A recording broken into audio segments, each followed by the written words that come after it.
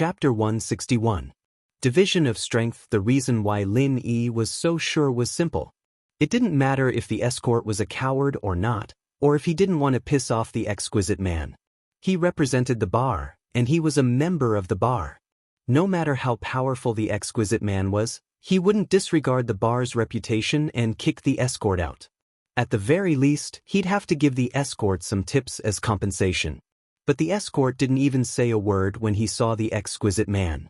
He just stood up and left, meaning that the exquisite man was very likely a member of the bar. That was why the exquisite man left without hesitation. After confirming that, Lin Yi didn't bother playing tricks with the exquisite man. Beating him up was easy, but they were in the bar, and Lin Yi didn't want to use simple and violent methods to solve the problem.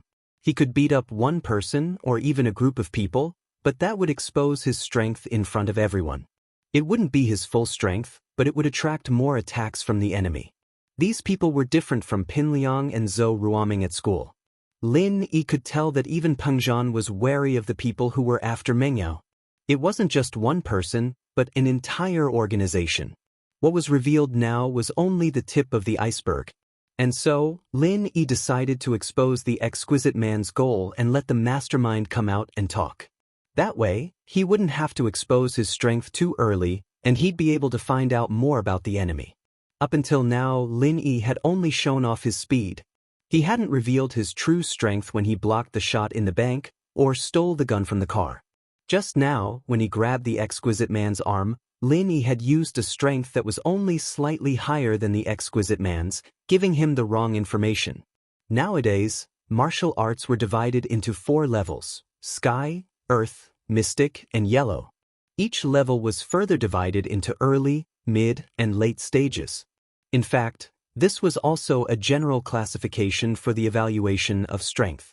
Different families trained in different techniques, and there might be some slight differences between two people who were both in the early phase of the golden class, but it might not be too big.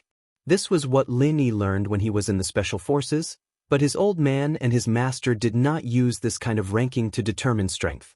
The old man paid particular attention to body refining, which was also commonly known as external martial arts. However, he used his own Chinese medicine to transform the body. His master, on the other hand, paid particular attention to assassination. Although he needed to train his body in the early stages, he mainly focused on sneak attacks and speed. With the old man's forging, Lin Yi's current strength was roughly on par with the peak of the late phase of the golden class. But with a sneak attack, he could still take out a mystic class master. Experts of this level were rare in the city, at least on the battlefield. Lin Yi had only met one expert of this level, and it was a foreigner. The art of dragon mastery that Lin Yi trained in was a bit like the internal martial arts that some families trained in. But so far, the first level didn't have much effect on his strength. Training in the art of dragon mastery only had the effect of cleansing and improving the body. Old Lin's Chinese medicine only changed the muscles and didn't have much effect on the organs. But the art of dragon mastery was different. It could transform the entire body. So far, Lin Yi only found out that the art of dragon mastery had an absolute advantage against fatigue. What he just found out was that the energy in the body could help those who were sick. Other than that, although the art of dragon mastery was magical, it was only the first level, and it didn't increase his strength that much. But there was an obvious improvement that surprised Lin Yi, and that was that Lin Yi could feel the energy waves from the exquisite man. This was something he'd never experienced before. He'd fought against golden class and even mystic class masters before, but he'd only be able to gauge his opponent's strength after the fight. But now that he'd mastered the first stage of the art of dragon mastery, he could actually feel the energy waves he'd absorbed from the delicate man's body. He should also be a practitioner of internal martial arts, but Lin Yi didn't know what kind of martial arts he was training in. The energy waves in his body were weaker than Lin Yi's, probably at the early phase of the golden class. So Lin Yi created the illusion that he was slightly stronger than him, making him think that he was at the peak of the early phase of the golden class, about to break through to the middle phase. Of course, there were exceptions. That Wu Chintian from before, Lin Yi could feel that he was a body practitioner, and his main focus was on his hands. But a body practitioner didn't have any energy waves, and Lin Yi couldn't tell his level. Or maybe Wu Chintian was too weak, so weak that the energy in his body was negligible. The exquisite man didn't think that Lin Yi would tell him that there was someone else behind him, and this completely messed up his plan. The exquisite man's original plan was to come here and mess with Meng Yao, piss them off, and then Lin Yi would definitely make a move. That way, he could get a feel of Lin Yi's strength, and if Lin Yi wasn't as strong as him, he would teach him a lesson, and then his boss would come out and take care of him. But now, the strength that Lin Yi displayed was no weaker than the exquisite man's. The two were probably on par, and Lin Yi might even be a little stronger. There was no point in testing him anymore. But Lin Yi asked his boss to come out, and the exquisite man couldn't make a decision yet. Just as he was hesitating, the phone on his waist rang.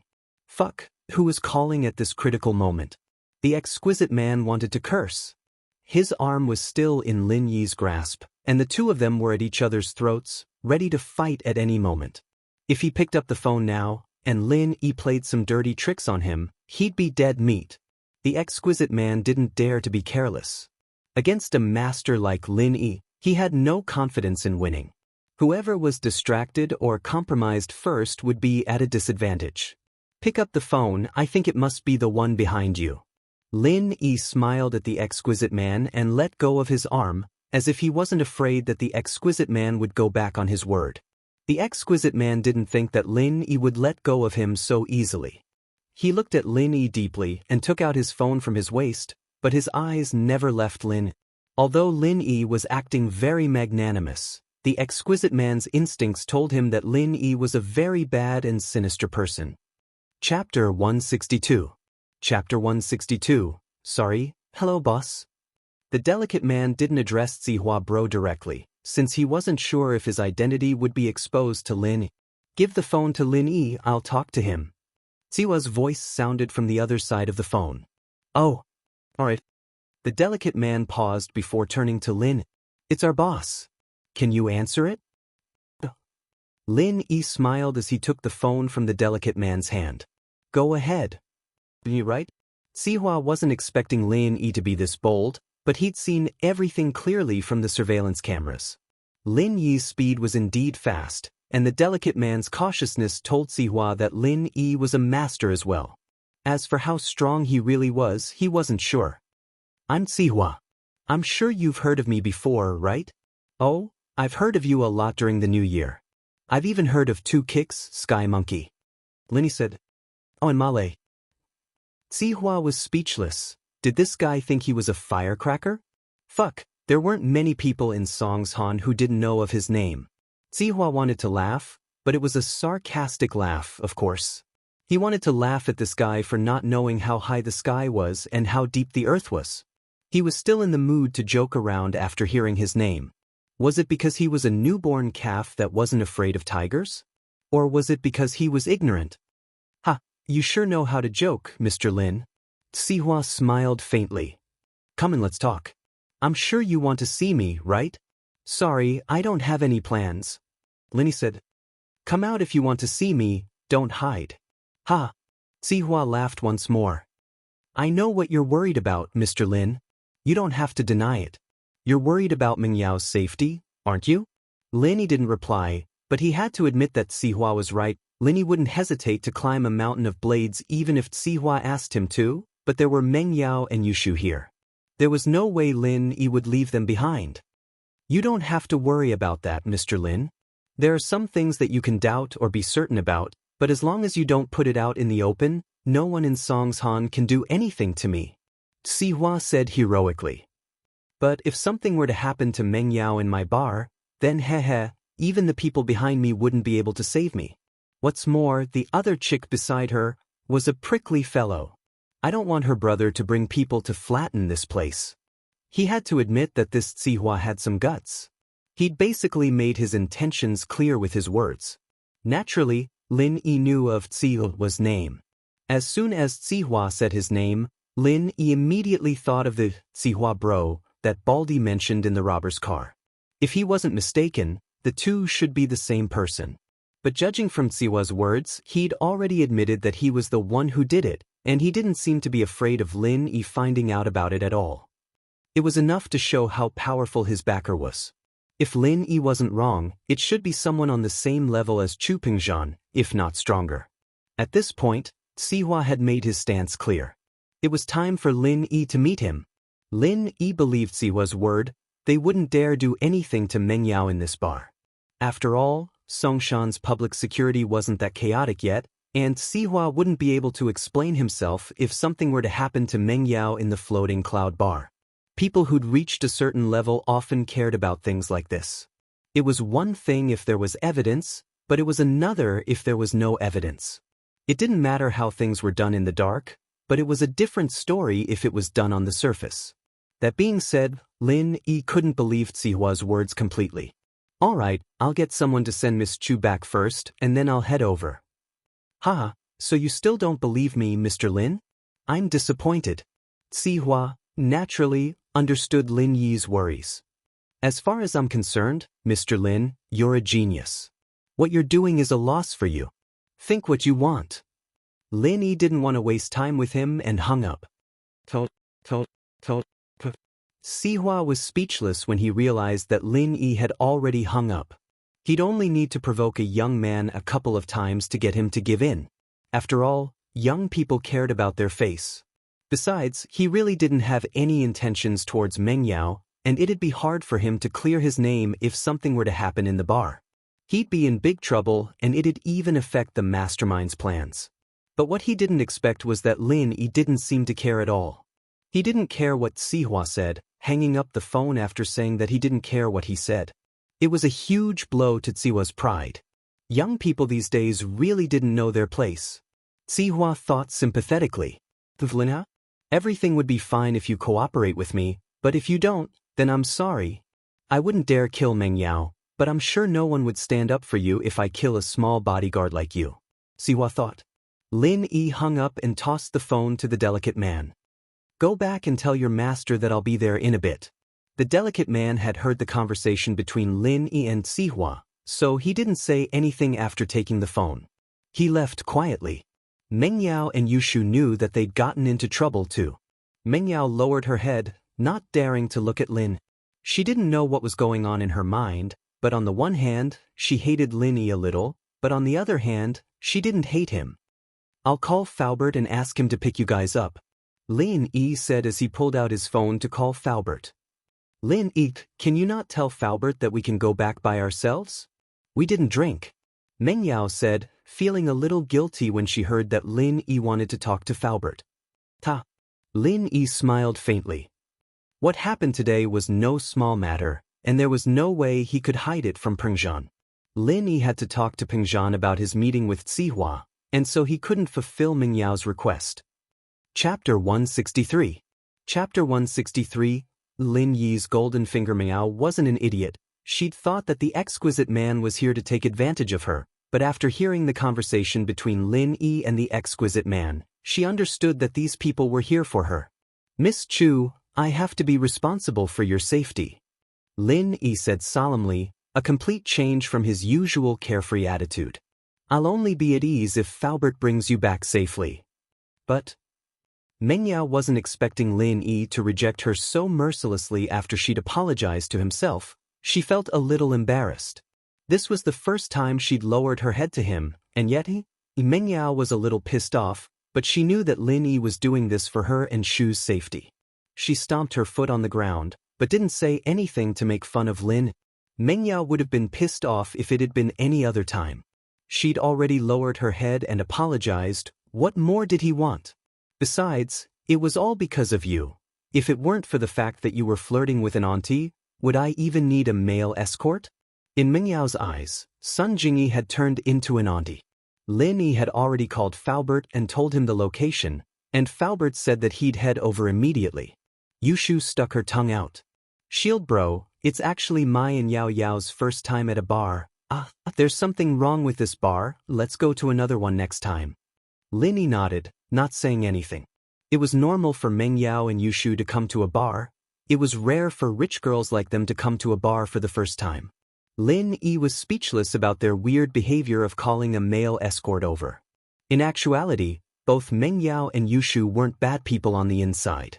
Miss Chu had a bit of pride and self-esteem, cold on the outside but warm on the inside. Miss Chen was a troublemaker, but she was also very easygoing.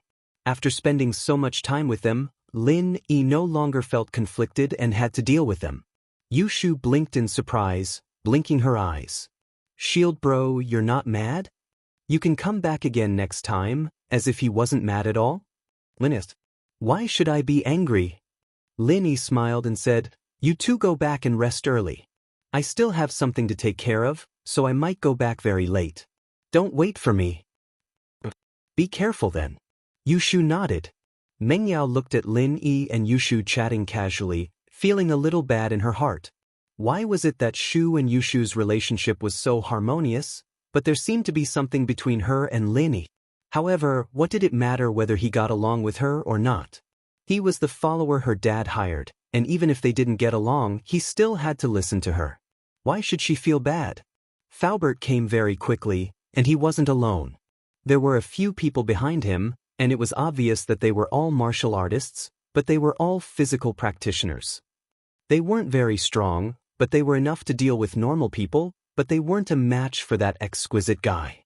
"Mr. Lin, sorry for the trouble." Faubert nodded to Lin Yi. "Aren't you coming with us?" "I still have something to do here." Lin Yi said, "Faubert, you can leave with them first. I'll talk to Uncle Chu about this when I have time." Faubert didn't say anything else and left the bar with Mengyao and Yushu. In fact, he understood that Lin Yi wouldn't have asked him to leave with Mengyao and Yushu if it wasn't something urgent. It was better for him to go back with them himself. Lin Yi was obviously in trouble, and Faubert couldn't ask if he didn't want to talk about it.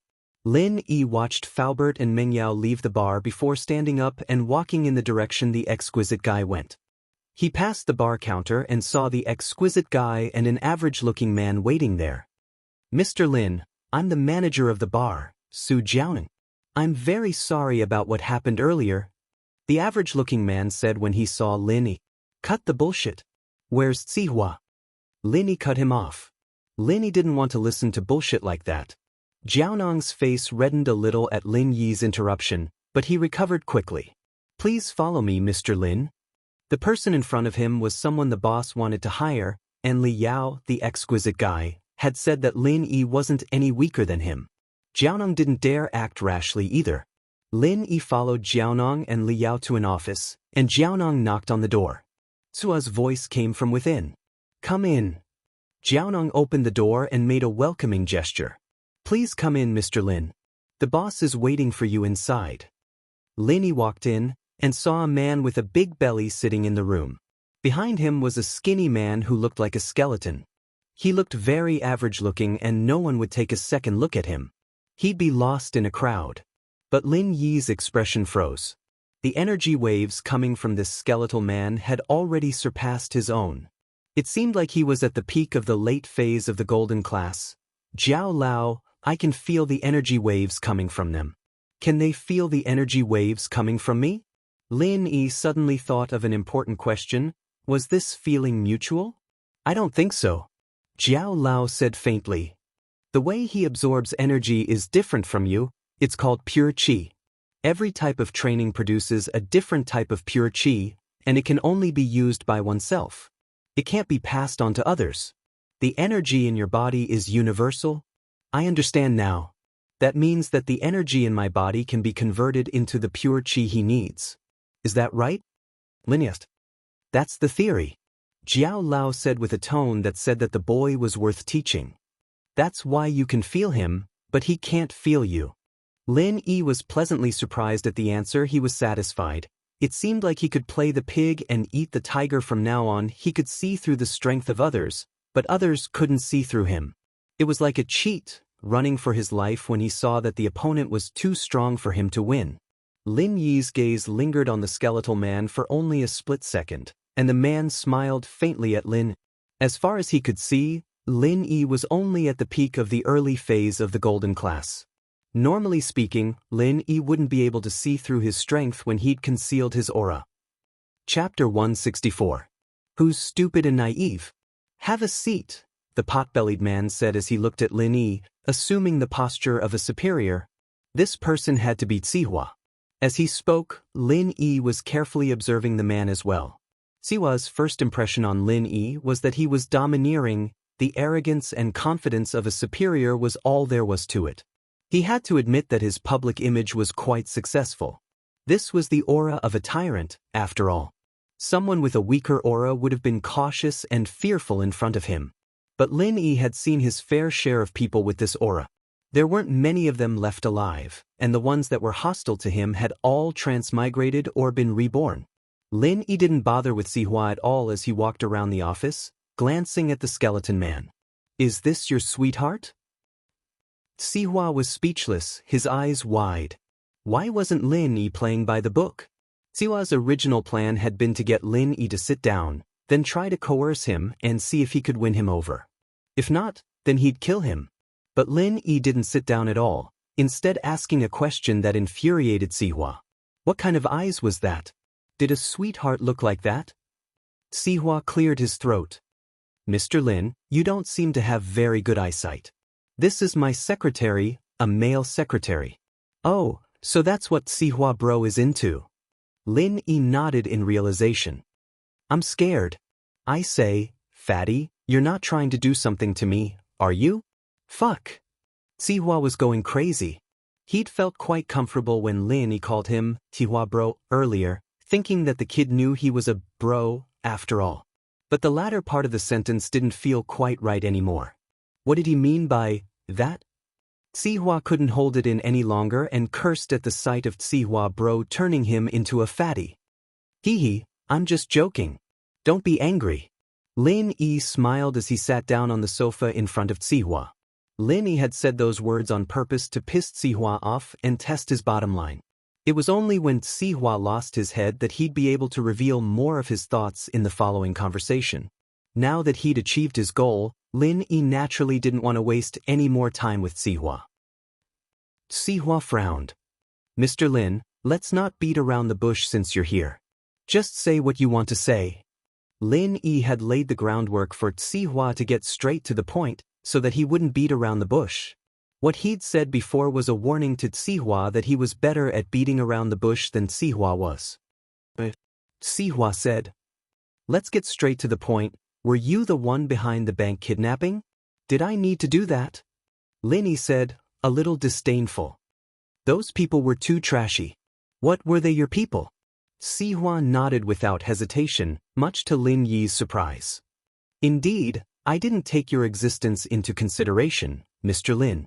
Sending those people was a mistake." "Oh. So you're saying that you're the mastermind behind the bank kidnapping?" Lin Yi found it odd that Sihua would admit that he was the mastermind. "I'm just one of the beneficiaries," Sihua said. "You don't need to know the specifics, Mr. Lin. The more you know, the faster you'll die." "Huh? Are you trying to scare me?"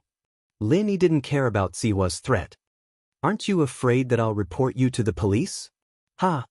Sihua looked at Lin Yi as if he were an idiot. "Naturally, I'm not afraid of you calling the police since I've said it." "Is that so?" Lin Yi looked at Sihua with a smile that wasn't quite a smile.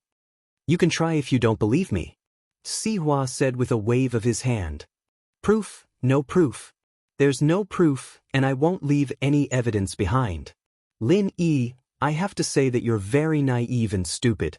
At our level, the only people who can get involved in a fight are the small fries. You think the police don't know what I'm doing? Oh, they do. They know better than you do. But they can't touch me. Because they can't afford to offend the person behind me, and they don't have enough evidence to touch me.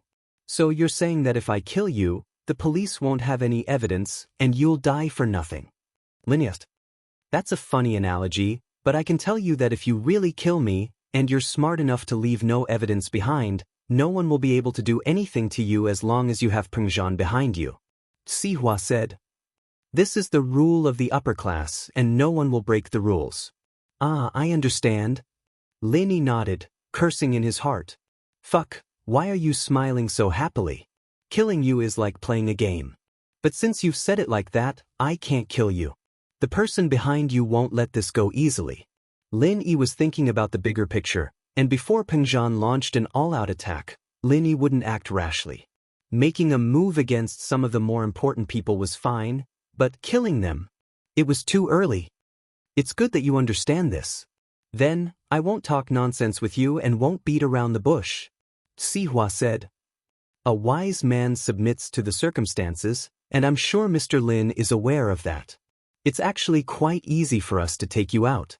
Peng Zhan might still have some sort of support for you when you're alive, but now that you're dead, do you think he'd stand up for a bodyguard, or even his daughter's lover? He'd probably want you dead if he found out about you and his daughter, wouldn't he? Lin Yi looked at Xihua, who was spitting spittle all over the place. This guy was too perverted, thinking that his relationship with Meng Yao was too dirty and complicated. Did he look like someone who'd have an affair with the miss? Lin Yi looked at Xihua, who thought he knew the inside story. He was pitiful, sad, and stupid. People like him, who thought they knew the truth but didn't know anything, were the most stupid of people. What are you trying to say? Lin Yi didn't refute Xihua's words. He could misunderstand all he wanted, and it was even better that Xihua misunderstood his relationship with Meng Yao. Lin Yi would have more reasons to make a move against him in the future. You touch my woman, I'll touch your whole family. Cooperate with us. Xihua said confidently. Chapter 165. Threats and counter-threats. I'm just a spokesperson being pushed to the front. Xihua said, a little proud. You know my position and reputation in Songshan, right? From this, you can also see how powerful the boss behind me is. Bullshit, I can do that too. Lin Yi said. Would you believe me if I told you that my master is the king of assassins in the world? Xihua, naturally, didn't believe him. He rolled his eyes. Alright, let's not talk about that. Let's talk about you. Why are you with Meng Yao right now? Money, isn't it? As for her looks. Meng Yao's really pretty, but that kind of young girl doesn't know how to serve people like a mature woman. What kind of woman can't you get with money? Lin Yi listened to Xihua continue. Let's talk about our partnership. Xihua said. Our boss has never been short of money. If you work with us, you'll get more than just money, you'll get beauties, status, everything. Just like me. You think you're that great? Lin Yi wanted to laugh, but couldn't. How said. This guy was thinking that being a pawn was enough of a big deal. Lin Yi couldn't be bothered to attack people like this anymore. How do we work together? Get me to help you? Or do you want me to spy on you? Lin Yi. Anything as long as you're willing. Xihua said. You're not any weaker than Li Yao, are you? Who's Li Yao? Lin Yi didn't know the exquisite guy's name. The guy whose arm you grabbed earlier. Xihua explained. Maybe. Lin Yi didn't answer the question directly. You're one of the best in Songshan. I'm sure the boss will offer you a high price if you're willing to help me. Xihua said. Of course, you can continue being a spy by Meng Yao's side, enjoying your life of money and beauties. We'll also give you a portion of the money, and you'll be able to play a key role in a critical moment. That's a good idea, but it's very difficult to operate. Lin Yi rejected the offer right away. First of all, I'm satisfied with my life right now. Peng Zhan gave me quite a lot of money, and I have enough to spend. Secondly, I'm quite at ease right now, so I don't want to take the risk to do some difficult missions like lurking around. So, I'm sorry, but I won't accept your suggestion. Mr. Lin, I hope that you will consider it carefully before you speak. Xihua said. Do you think you have a choice after what I've said? Are you threatening me? Lin Yi raised his head to look at Xihua. You can think of it that way. Xihua smiled. You can think of it as a warning or a threat. Okay, I got it.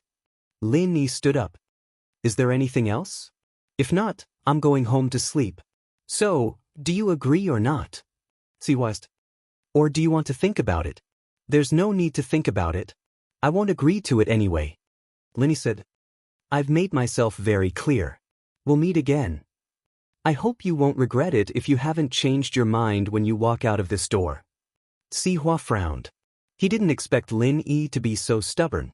As far as he was concerned, Lin Yi must have been mesmerized by Meng Yao. Lin Yi must have been hinting at this when he said to go home to sleep. One had to admit that Xihua's thoughts were filthy and filthy. His mind was filled with obscene thoughts.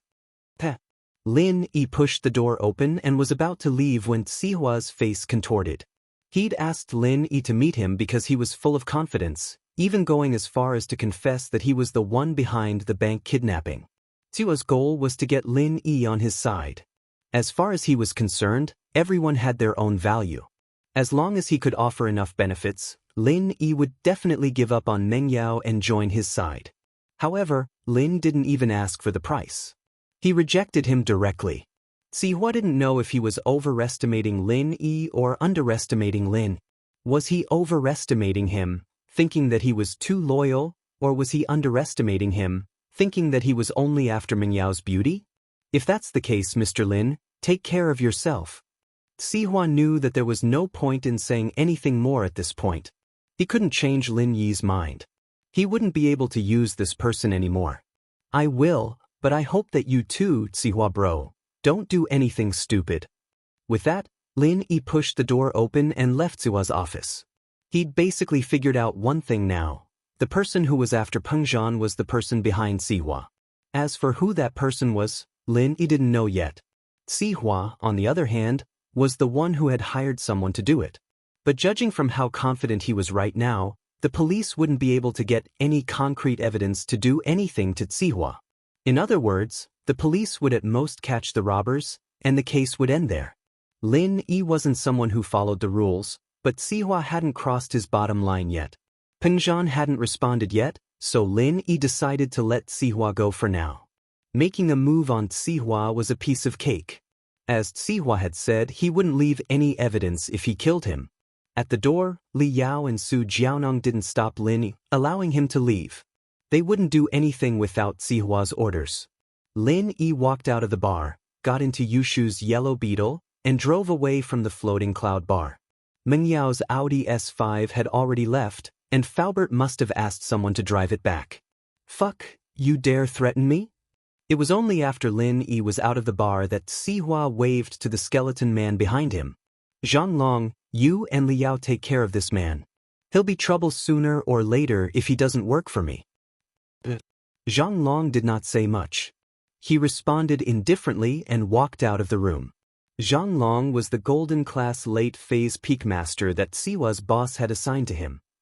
He had a domineering name, Zhang Long, the same as Zhang Long and Zhao Hu from the Seven Heroes and Five Righteous. Zhang Long didn't say anything, but he still felt that he could deal with Lin Yi alone.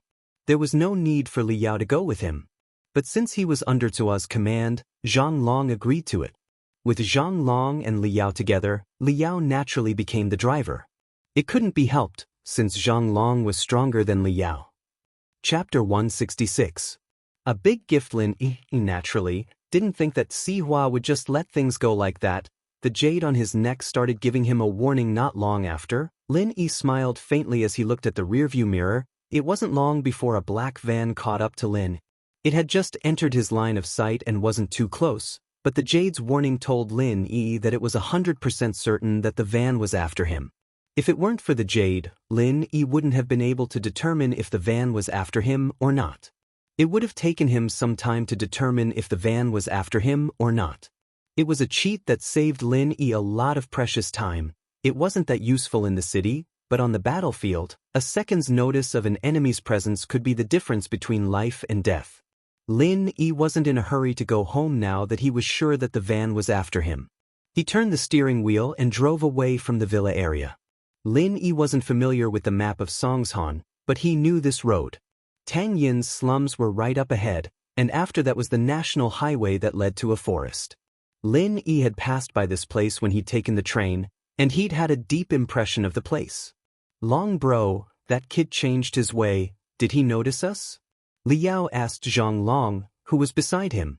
So what if he did? Zhang Long said disdainfully.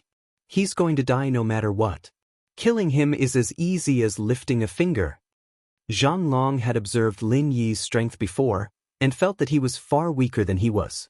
Xihua sending Li Yao to kill Lin Yi with him felt like it was overkill, making a big fuss out of nothing. As far as Zhang Long was concerned, even Li Yao would be able to kill Lin Yi, let alone him. Xihua, on the other hand, was asking him to go with Li Yao. Wasn't he doubting his abilities? Or was he overestimating Lin Yi's strength? As a result, Zhang Long was very displeased. He had a high and mighty attitude when it came to Lin Yi, not even bothering to make a move. He'd let Li Yao do it later if he could.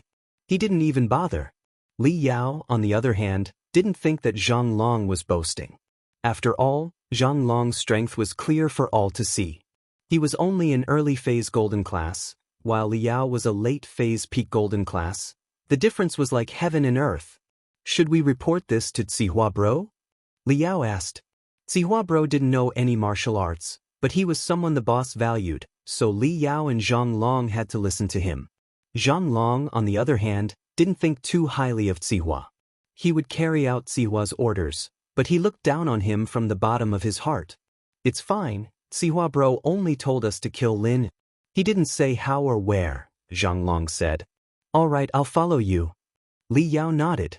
After passing through the slums and out of Songshan, Lin Yi sped up. The beetle's performance wasn't bad, at least it was faster than the van behind. Damn, this broken beetle is pretty fast. If I had known, I wouldn't have driven this van. Li Yao grumbled.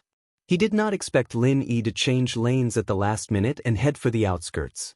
If they were driving in the city, speed would not be much of an advantage. After all, there were many cars, but it was a different story once they were out of the city. This kid wants to get rid of us? Zhang Long frowned. I don't know, but our car is at a disadvantage. It won't be easy to catch up to him. Li Yao said. Zhang Long was about to say something when he saw Lin Yi's beetle parked on the side of the road. Lin Yi got out of the car and stood in the middle of the road, walking towards his car. Fuck, what does he want? Is he announcing to us that he's discovered us, and that he's going to stand in the middle of the road and talk to us? Li Yao guessed. Asterisk. Zhang Long nodded after hearing Li Yao's explanation. This was the only explanation. Otherwise, who would be stupid enough to stand in the middle of the road and block a car? Wasn't he afraid of death? Long bro, should we stop the car and talk to him? Li Yao asked. Stop the car? Stop my ass. Zhang Long smiled coldly. Since this guy wants to die, then don't blame us for not holding back. Long bro, you mean? Li Yao paused, a little uncertain. Just run him over and kill him. Zhang Long humphed, a mocking smile on his face. A golden class early phase peak, dying in a car accident? TSK, what a tragedy. He won't be able to rest in peace. Li Yao understood what Zhang Long meant. Zhang Long's idea was too evil. Martial artists could die in battle, but they couldn't die in vain. If they died for no reason at all, they wouldn't be able to rest in peace. With his and Zhang Long's combined strength, it shouldn't be a difficult task to kill Lin. However, Zhang Long didn't even bother to make a move. He just ordered Lin Yi to be smashed to death. If Lin Yi knew about this, he'd be crying. Long bro, that's a sneaky move. Li Yao said as he sped up. Don't speed up. Zhang Long waved his hand. How do I kill him if I don't speed up? Li Yao paused. Pretend to slow down and stop. Then, when you're about 20 meters away from him, suddenly accelerate and kill him. Hit him and catch him off guard. Zhang Long said. Don't underestimate him, he's a golden class early phase peak. Let me ask you, if a car were to hit you, how confident would you be in dodging it? At least 80% if I knew beforehand. Li Yao nodded. But if I didn't know beforehand, it'd be troublesome if I was caught off guard. Long bro, you're still the most cautious. Of course I have to confuse him if I want to kill him. Zhang Long said. It's funny when I think about it. A golden class master dying in a car accident. Sigh, life is unpredictable. Yeah, it's hilarious. Li Yao said. But this way, no one will suspect anything. The police will just think it was a traffic accident. The van slowed down as it neared Lin Yi and flashed its turn signal, giving off the impression that it was going to stop. Lin Yi stood in the middle of the road and watched the van approach with a smile on his face. Chapter 167. The two unlucky masters. Lin Yi would do things even if he didn't have any proof. Zihua would probably cry at that point, wouldn't he? Two golden class masters, dead just like that? How unlucky.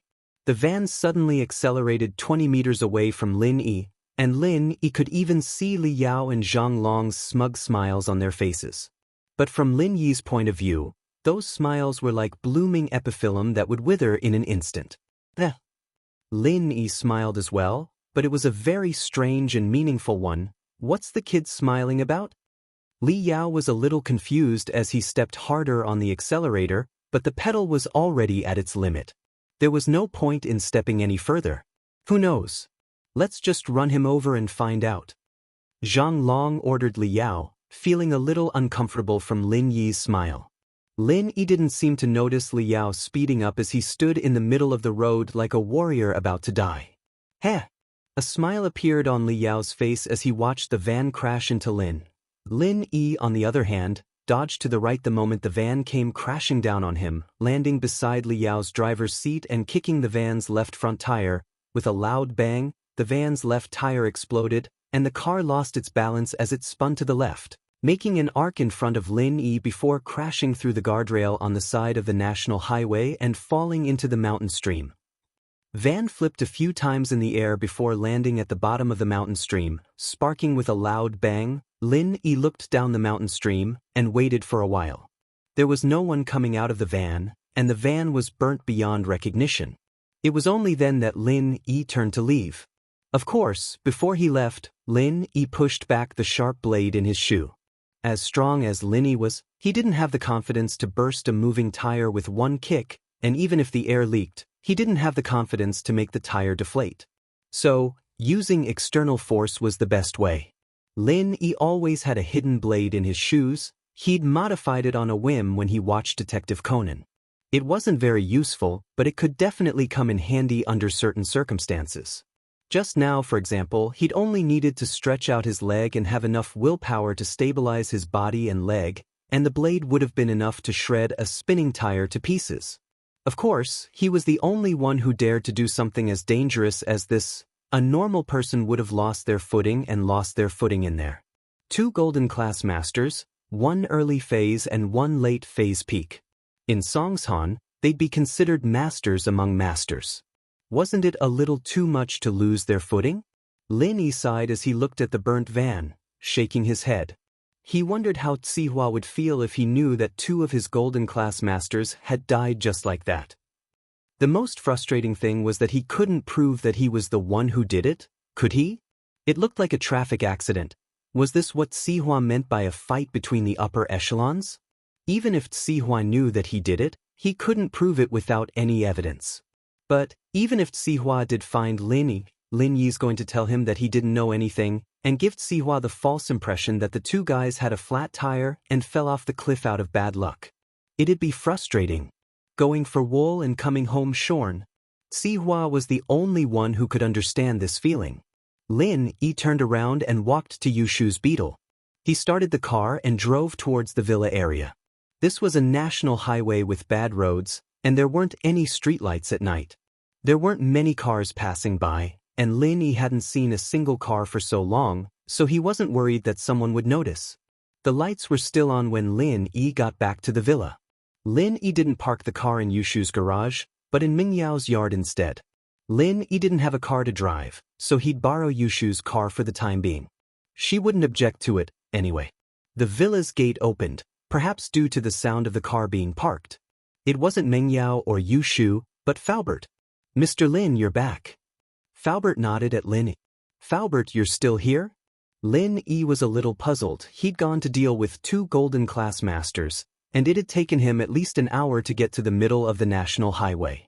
Why hadn't Faubert returned yet? Under normal circumstances, Faubert would leave immediately after sending Mengyao and Yushu to the villa. Mr. Chu is here too. Please come in, Mr. Lin. Faubert said to Lin. Oh, Uncle Chu is here too? Lin Yi didn't expect Pengzhan to come to the villa this late at night. Lin Yi followed Faubert into the villa and saw Mengyao and Yushu sitting on the big sofa with their heads lowered like obedient babies. On the other side of the sofa, Pengzhan was lecturing them about something with a dark face. He only squeezed out a smile when he saw Lin Yi come in. You're back. Please, have a seat. Mengyao looked at Lin Yi, feeling wronged. Yushu was right, her father's attitude towards him was too good. It was a little too much. He didn't even treat her like this, scolding her when she came back, but Lin came back with a face full of smiles. If she didn't know her father's character, she would have thought that Lin was his bastard child. If it weren't for Lin, would she have gone to drink in a bad mood? Besides, she didn't even drink a single sip. The difference between her and Lin Yi's treatment was like heaven and earth. She really didn't know what her father was thinking, treating a playboy like this so well. If she told her father about how he hooked up with other girls at school and in the bar, would her father still treat him like this? Of course, Meng Yao was just thinking about it. She couldn't say it out loud, and she was too embarrassed to say it out loud. Lin, you've worked hard. It's all thanks to you tonight. Peng Zhan smiled at Lin. It's nothing, Uncle Chu. Lin smiled. I didn't do anything, actually. These two kids just don't listen. Old Shin gave his daughter to me, and I didn't take good care of her. She went out with Yao Yao to cause trouble? Peng Zhan said. If it weren't for you, who knows what would have happened? Chapter 168. An overbearing display. Oh? Peng Zhan blinked, not expecting Lin to speak up for Meng Yao and Yushu. Meng Yao raised her head to look at Lin as well. From what she knew, Lin wouldn't put in a good word for her even if he didn't hit her when she was down, would he? After all, her attitude towards him today had been really bad. Things are a little weird today, Uncle Chu, maybe we can talk in my room? Lin didn't want Meng Yao and Yushu to know too much, and it wouldn't be a good thing for them to worry about. Peng Zhan nodded before looking at Meng Yao and Yushu.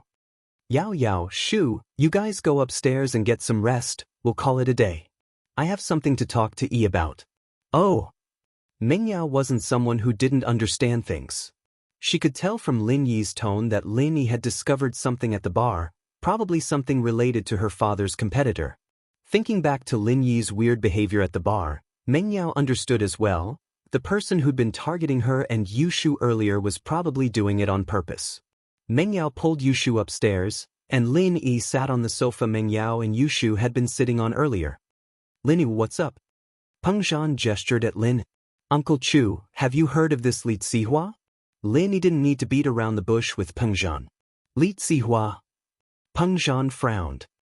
I know him, Safflower Real Estate, one of Peng Zhan Industries' main competitors in Songshan. Ah, he's the one who did the bank kidnapping. Lin said. A shocked expression appeared on Peng Zhan's face. We're competitors, but we have connections in the city. Normally, we'd split the projects 50-50. What's the point of kidnapping Yao Yao? Heh, according to him, there's someone behind him, and he's just one of the stakeholders. He should have partners, Lin said. Peng Zhan had heard that there was someone behind Zihua, but he didn't know who it was. In just over a decade, a person who had been released from prison managed to prosper and establish Safflower Holdings from scratch.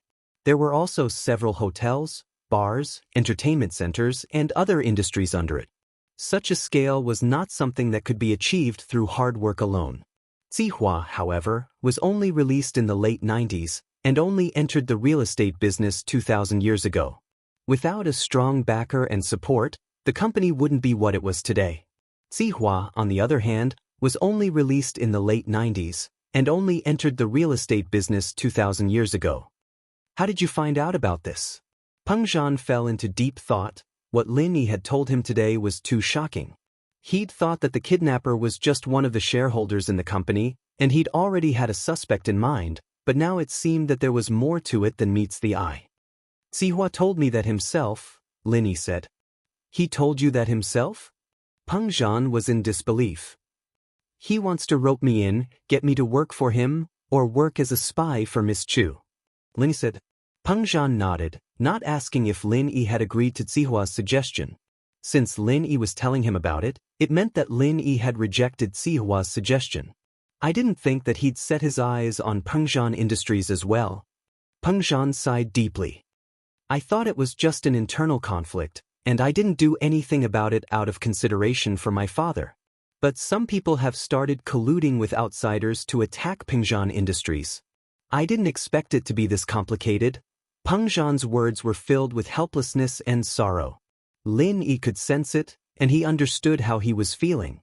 He'd said it before, that most of the shareholders were the sons and nephews of Elder Chu's right-hand men. Do you need me to do anything? Lin Yi raised his head to look at Pengzhan. Sihua's background is very complicated, and he walks the line between black and white. I don't want to make him my enemy if it's not necessary, Pengzhan said helplessly. It looks like we'll have to start from within the company. Lil Yi, just protect Yao Yao and Shu. Leave these things to me. Uncle Chu, I can actually share some of the burden with you. Lin Yi smiled. Sihua, he'll come after us even if we don't provoke him, just like how he sent 2 masters after me when I rejected his suggestion. What? Sihua sent people after you? Pengzhan froze, looking at Lin Yi in shock. He didn't expect Sihua to make a move just like that. Sihua was a domineering man in the eyes of others, but Pengzhan hadn't interacted much with him. Pengzhan was a proper businessman, and he didn't dabble in crooked things. Yes, 2 golden class masters. Lin Yi didn't know if Pengzhan knew about the division of strength, but judging from his expression, he didn't seem to know. But there was a flash of emotion on Falbert's face. It was just a flash, and it was hard to notice if one didn't pay attention. But Lin Yi had been paying attention to Pengzhan and Falbert's expressions after he'd said that. From Falbert's expression, Lin Yi knew that Falbert knew something about the division of strength, but he didn't ask too many questions at this time. Then, did you lose them? Pengzhan looked at Lin Yi worriedly. I lured them to the national highway and used a little trick, but they fell for it. They drove straight into the mountain stream. Lin Yi shrugged. It's their bad luck. Dead. Pengzhan's eyes widened. There was no lack of life and death in the upper-class society, but Pengzhan rarely did things that went against his principles. He was shocked to hear that Lin Yi had lured 2 masters who wanted to kill him into the mountain stream. I'm afraid they won't make it. Lin Yi smiled bitterly. Uncle Chu, I hope I didn't cause you any trouble. Trouble? Of course not. Pengzhan recovered from the shock. Lin Yi had gotten into trouble because of his family. Even if the 2 men wanted to kill Lin Yi and Lin Yi had lured them into the ravine, he'd still think of a way to help Lin Yi get away with it. There's no evidence. Who can prove that you did it? It's not that easy to touch my men in Songshan. Chapter 169. Chapter 169. Shai Yushu. Pengzhan left with Falbert after understanding the situation. Lin Yi, on the other hand, was about to head back to his room to rest when Meng Yao and Yushu came downstairs. Shield bro, what were you guys talking about? Yushu was a curious baby. She'd been eavesdropping with Meng Yao, but didn't dare get too close for Pengzhan to notice. Nothing, just some company stuff. Lin said, Uncle Chu's competitor. Oh. Meng Yao wasn't interested in that. She was still too young and hadn't been exposed to the machinations of the business world. She was still a naive person. What she cared about was the real reason her dad had sent Lin Yi over to her. She wasn't interested since it wasn't related to that. Shield bro, tell me the truth, did Uncle Chu send you over to chase Yao Yao? Yushu didn't quite believe that Pengzhan and Lin Yi were only talking about company stuff. Was? Lin Yi looked at Yushu, stunned. Oh, it's nothing. Yushu was just trying to trick Lin Yi, but the look on his face told her that her guess was a little off. At the very least, he was as clueless as Meng Yao was. Lin Yi smiled bitterly as he rubbed his nose. Yushu's question was a little too ridiculous, wasn't it? Was there something wrong with Chu Pengzhan's head? Sending him to chase his daughter? Was Meng Yao that ugly, or did she have some sort of disease that made him send someone to chase her? Yushu's imagination was really off the charts. Who knew what was going on in that little head of hers? Shu, what the hell are you talking about? Meng Yao's face reddened. Why don't you ask if my dad sent him to chase you? Why'd Uncle Chu send him to chase me? Yushu blinked. He's not that nosy, is he? Meng Yao rolled her eyes, pissed. Say another word and I'll tear your mouth apart. You can talk even if you're rotten, unless you sew your mouth shut. Yao Yao, your logic isn't right. Yushu retorted. Meng Yao turned around and went upstairs. She couldn't afford to piss her off, but she could at least avoid her. Yao Yao, wait for me. Yushu turned around and ran after Meng Yao. Lin Yi looked at their backs and shook his head. Up until now, Lin Yi had never gone up to the second floor, so he didn't know what it was like upstairs. He suddenly remembered that he still had the keys to Yushu's villa. Shu. Shield bro, are you calling me? Yushu turned around and looked at Lin Yi, her mouth wide open. Uncle Chu, he didn't really send you after me, did he? Lin Yi almost fainted. I'm here to return your villa keys. Oh, the keys. Yushu was a little embarrassed. Ha, I was just joking, I know. Lin Yi nodded. When had Yushu ever told the truth? 9 out of 10 of her words were always jokes. Hee hee, that's good. Yushu breathed out in relief, her face a little flushed. She didn't know why she'd blurted out something like that, but it was lucky that she'd always put on a weird and crazy persona. It'd be so embarrassing if someone found out that she'd said the truth, right? Can I borrow the car for a few days? It'll be inconvenient for me to go out with you guys. Lin Yi asked. Go ahead, I'm not driving it anyway. Yushu said with a wave of her hand. I'll leave the villa keys with you. Don't you want a computer? Go get it when you're free. I'm sleepy, I'm going to bed. Bye-bye. Yushu felt that her face must be very red right now, like a crab with a fever. It was like a TV commercial from many years ago. What's wrong, bro? You got cooked? In fact, Yushu's face wasn't that obvious under the dim lights on the second floor, and Lin Yi didn't pay too much attention to it. Okay, I'll go get the computer tomorrow. Tang Yun and Xinwen walked out of the school with people pointing at them. Tang Yun was a little gloomy as she felt countless eyes staring at her from behind. Lin Yi, I'm so pissed. Tang Yun thought. Yun, I'll go back first? Xinwen and Tang Yun live very close, but Tang Yun had to go to her mother's barbecue stall every night, so they didn't go home together. Okay, then be careful on your way back. Go visit Fin when you're free. Her emotions haven't been very stable these days. She didn't say anything when I went to her house during the weekend. Tang Yun said. Okay, I'll go visit her in a bit. Xinwen nodded. Tang Yun walked to the food street behind the school alone. Her mother was preparing to barbecue, and Tang Yun pouted as she took out the barbecue recipe Lin Yi gave her. Here, this is the recipe. Oh? You got the recipe? Mrs. Tang's face lit up as she took the recipe happily. In fact, after what Lin Yi said yesterday, Mrs. Tang wasn't sure if Lin Yi would really give her the recipe or not. After all, he might just be saying it casually. But she didn't think that Tang Yun would really bring it back today.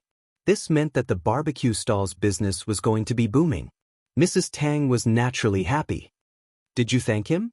Thank you. Tang Yun curled her lips. Thank him? Thank him for the love letter? Let the whole school know about it? Kid, did you thank him or not? Mrs. Tang shook her head helplessly. She knew that Tang Yun probably didn't thank Lin Yi just by looking at Tang Yun's expression. Her daughter was good at everything, but her personality was a bit arrogant and virtuous. If she'd been born in a rich family, that would have been great, but in this family, Mrs. Tang sighed inwardly.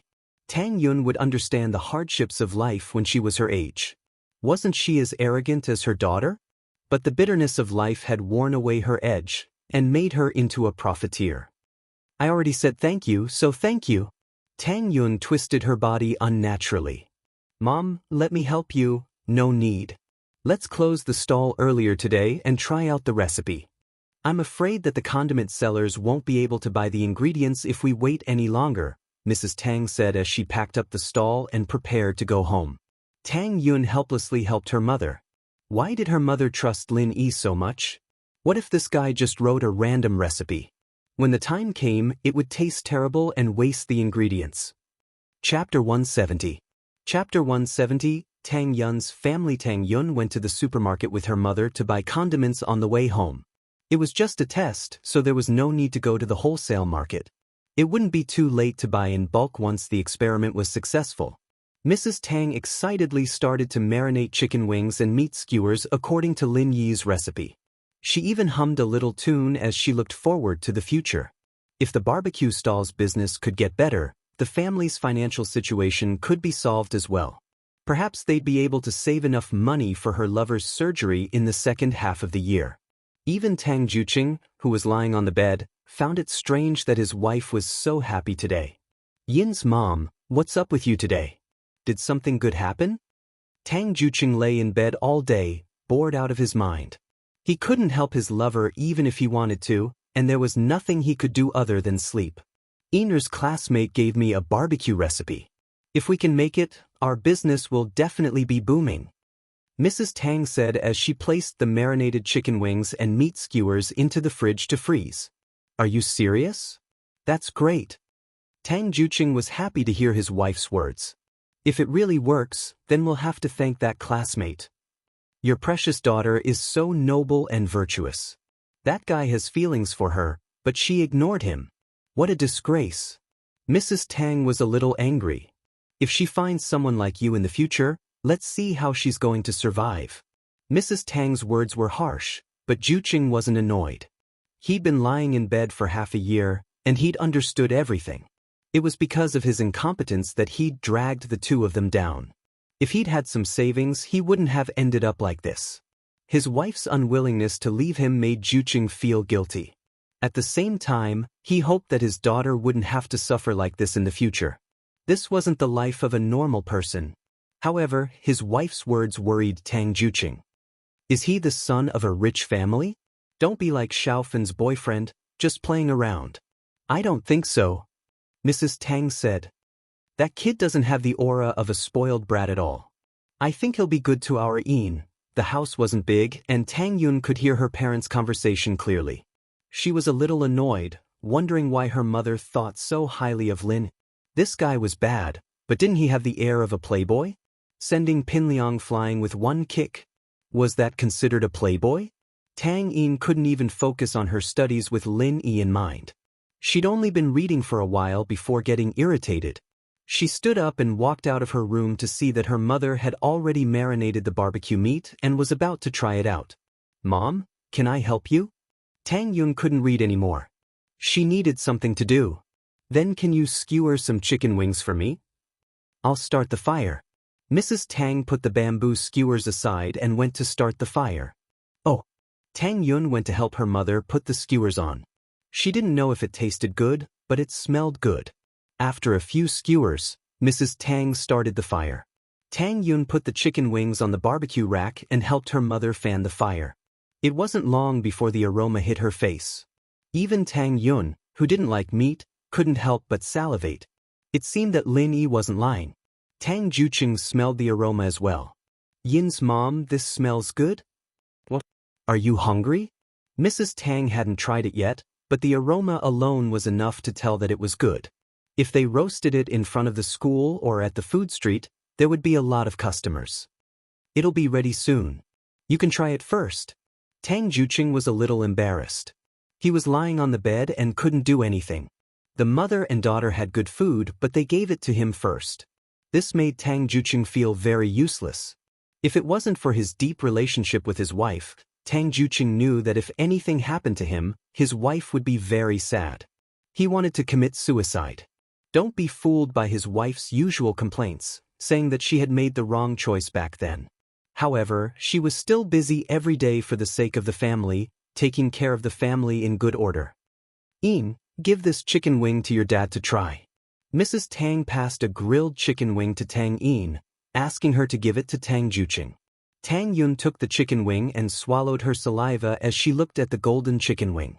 It smelled so good, but she couldn't bear to eat it. She ran to her father's bed and gave the chicken wing to Tang Juqing. Eat it. How could Tang Juqing not see Tang Yun's drooling face? 10 or 19 years old was the period of growth. Although Tang Juqing usually ate some meat skewers that weren't too fresh, he was afraid that Tang Yun wouldn't be able to go to school the next day. This chicken wing was obviously marinated. It was very fresh. Tang Juqing wanted to give it to his daughter. Dad, I'm not hungry. I'll get fat if I eat too much. Tang Yun shook her head. All right, you two stop fighting. Old Tang, hurry up and eat. It's almost done. Yin and I will eat this side, Mrs. Tang said with a smile. All right. Tang Juqing nodded after hearing his wife's words.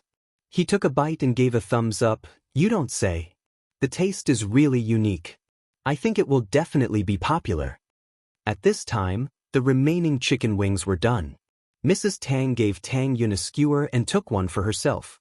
Although Tang Yun didn't want to admit it, She had to admit that the chicken wings this time were much better than the ones her mother made. It was no different from the time Xiaofan's boyfriend treated her, Xiaofan, and Lu Xinwen to a big restaurant.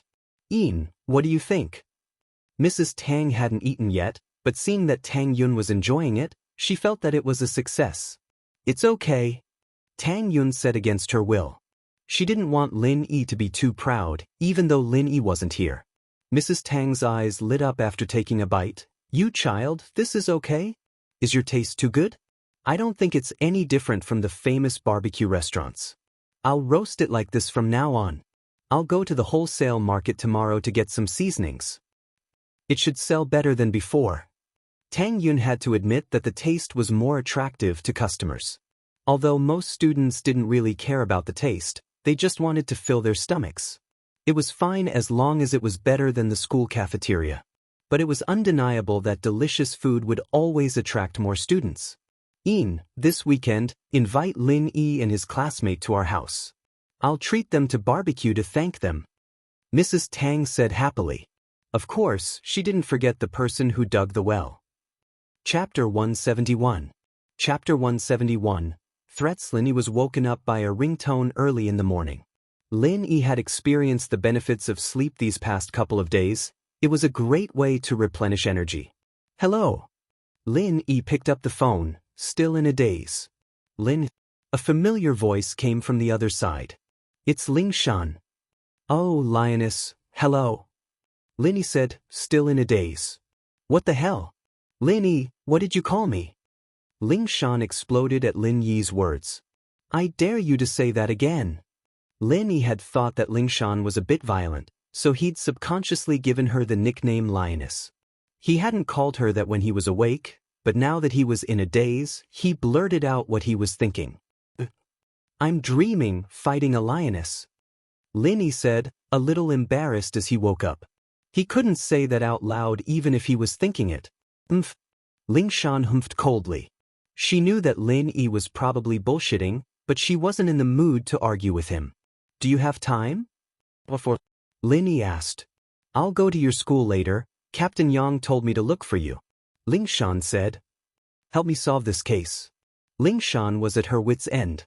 Searching in the forest was extremely difficult, and there were some dangerous areas that she couldn't send people in one by one. She dragged it out for a few days, and there was no progress at all. She remembered Huaijuan's request, and decided to give it a try. She called up Lin. Truth be told, she wouldn't have called Lin Yi if it weren't for the fact that she trusted Huaijuan as a brother. In her eyes, Lin Yi was just Mingyao's bodyguard. What could he possibly do? Lin Yi smiled faintly. Ling Shan had come to him after all. "All right, but you'll have to help me get a day off first. I can't just skip class all the time, can I?" "Skipping classes all the time? I'll use you for one day, all right?" Ling Shan said, pissed. "What does it have to do with me when you skip classes all the time? Yesterday I skipped class because of Brother June, and today I skipped class because of you. Isn't it all your team's business?" Lin Yi said. "Brother June? Captain Yang?" Ling Shan paused, not expecting Huaijuan to talk to Lin yesterday. Naturally, she didn't think that Lin Yi was making things up. There was no reason for Lin Yi to lie about something like this. She could verify it with a phone call. "All right, I'll talk to your dean first." "All right, wait for me at the food street next to school. There aren't many people there in the morning," Lin Yi said as he got out of bed, getting ready to get dressed. Lin Yi had planned to go to school with Meng Yao and Yushu today, since he'd been absent for the past couple of days. Jifeng wouldn't say anything about it, but he was still a student. He couldn't always get special treatment, could he? Meng Yao and Yushu hadn't really touched the food last night, and Lin Yi didn't feel like eating it. He'd just leave it for the two of them, and he'd ask Ling Shan for help later. She wouldn't be too stingy, would she? In fact, even if Ling Shan hadn't come to Lin Yi would have wanted to dig out the kidnappers anyway. There was no reason for him to spoil Zihua now, since he'd already fallen out with him. He'd deal with these small fries first. He left a note for Meng Yao, telling her that he still had things to do today. Lin Yi then drove Yushu's yellow beetle out. He didn't know if Faubert had gotten his driver's license back yet, but he'd let Huaijuan handle it himself. Faubert still needed to use his connections. As he drove past the slums, Lin Yi subconsciously slowed down. He saw Tang Yun standing in front of the bus stop, waiting for a bus. The little rascal who harassed Tang Yun yesterday was there as well. He was waving his arms and legs excitedly, talking to Tang Yun. There were a lot of people at the bus stop, so he didn't dare to make a move. Tang Yun's face was cold as she ignored him, but she couldn't stand the little hoodlum's nonsense. She felt uncomfortable. Didn't this kid learn his lesson yesterday? His but doesn't hurt anymore? Lin Yi turned the steering wheel and slammed on the accelerator, rushing towards the little hoodlum. The tires made a sharp screeching sound as the car made a turn. Lin Yi stopped the car just as he was about to hit the little bastard. Lin Yi was able to control a car like this with ease. The people waiting at the bus stop jumped in fright, and Tang Yun, who was standing beside the hoodlum, paled. However, the one who was the most shocked was the hoodlum. He was sweating profusely as he looked at the car in front of him, not knowing what to do. After making sure that the car didn't do any damage to him, he jumped out and pointed at Lin Yi's seat. "Fuck your mother. Do you know how to drive? Do you have eyes growing on you? Get out of the car. Do you want to die?" The little hoodlum's arrogant nature was showing again. With that, he reached for the door on Lin Yi's side. Li Erlin thought that the car wasn't bad. It was a Volkswagen Beetle, and it should cost at least 200,000, right? He had to make the driver pay him at least 3 or 5,000. Lin Yi's car door was locked, and Erlin, naturally, couldn't pull it open. He was about to give up when Lin Yi opened the door abruptly and pushed it outwards, causing Erlin to stumble and fall to the ground on his butt. The injury from yesterday was aggravated, and he started wailing as he clutched his butt. "You haven't healed yet, have you? I thought you'd forget the pain now that it's healed. Didn't you learn your lesson from that trapeze on the bus yesterday?" Lin Yi was being domineering. "You were the one from yesterday." Li Erlin understood immediately after hearing Lin Yi's words. No wonder the kid suddenly drove over. It was him yesterday. "Huh, you're not stupid. You're just a little dumb." Lin Yi looked at Li Erlin coldly. "Stay away from Tang Yun in the future. You won't be so lucky the next time I see you." After all, the whole school knew that Tang Yun was his girlfriend. It didn't matter if it was true or not, he couldn't just ignore Tang Yun's situation. Actually, Lin Yi would still care about Tang Yun's situation even without this incident. Chapter 172. Rumors confirmed Tang Yin's face paled at Erlin's words. She lowered her head and gritted her teeth. A murderous glint flashed in Lin Yi's eyes. If it weren't for this occasion and his identity, Li Erlin would have been a corpse by now. He looked at Erlin coldly. "Don't give me a reason to touch you. Take care." With that, Lin Yi grabbed Tang Yin's hand. "Get in the car." Okay." Tang Yin's heart was a mess. She was panicking at Lin Yi's sudden appearance, but also feeling helpless and nervous at Erlin's words. She didn't know what to do when Lin Yi grabbed her hand like that. She didn't even think about resisting before getting pushed into the passenger seat by Lin Yi. Lin Yi got in the car and drove off after helping Tang Yin settle down. Erlin stared at Lin Yi's car as it drove off. Driving a sissy's car. What's with the act? Just you wait and see. Erlin didn't dare do anything to Lin Yi back at the bus stop. The fact that Lin Yi had thrown him out of the bus yesterday had shaken him quite a bit. At the very least, he could tell that Lin Yi was quite strong, and his but was still injured. He'd be at a disadvantage if he fought with Lin Yi. But Erlin wasn't going to let it go just like that. Those words weren't just to scare Lin Yi. There was a reason behind it. Could Lin Yi protect Tang Yin all the time? Plus, it wasn't like he didn't have a backer. He'd just tell Master Bing about it, and Lin Yi would be dead. Cursing his bad luck, Erlin stood up and looked at the crowd laughing at him. "What the hell are you looking at? Go do whatever you're supposed to be doing." Hearing Li Erlin's words, the crowd laughed even louder. Someone even whispered, "I just want to see your butt split open." Although Li Erlin was a gangster from Shantytown, he didn't dare to go against so many people. He could only walk away with a red face. The car drove for a while before Tang Yun came back to her senses. How did she get in the car? And Lin Yi was holding her hand. What the hell had she done? Her mind was in a mess at the time, so she was pushed into the car by Lin. She didn't realize anything was wrong until now. Stop the car. Tang Yun raised her head and looked at Lin Yi helplessly. Her face was red. Why did she get in his car? Now, if someone saw it, wouldn't the rumor become true? Indeed, the rumors had become true.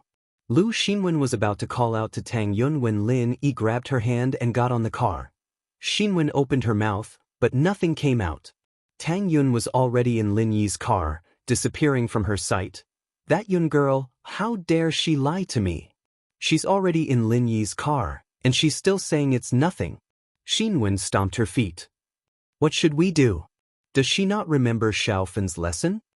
She was fuming with anger when she saw Erlin limping towards her. Xinwen knew very well that Erlin liked Tang Yun. With Xinwen by Tang Yun's side, Erlin didn't dare to go overboard. What kind of person was Lu Xinwen? She was someone who could chop people with a kitchen knife.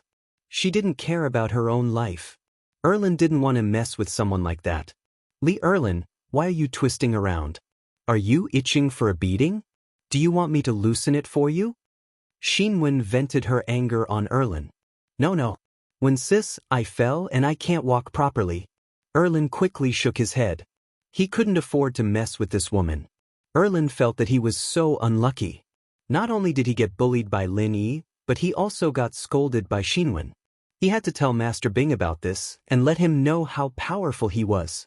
As for Xinwen, he wouldn't be afraid of her after he built a good relationship with Master Bing. Stop the car? You're not going to school? Lin Yi asked as he looked at Tang Yun, who was looking around anxiously. I'm going to school, but put me down.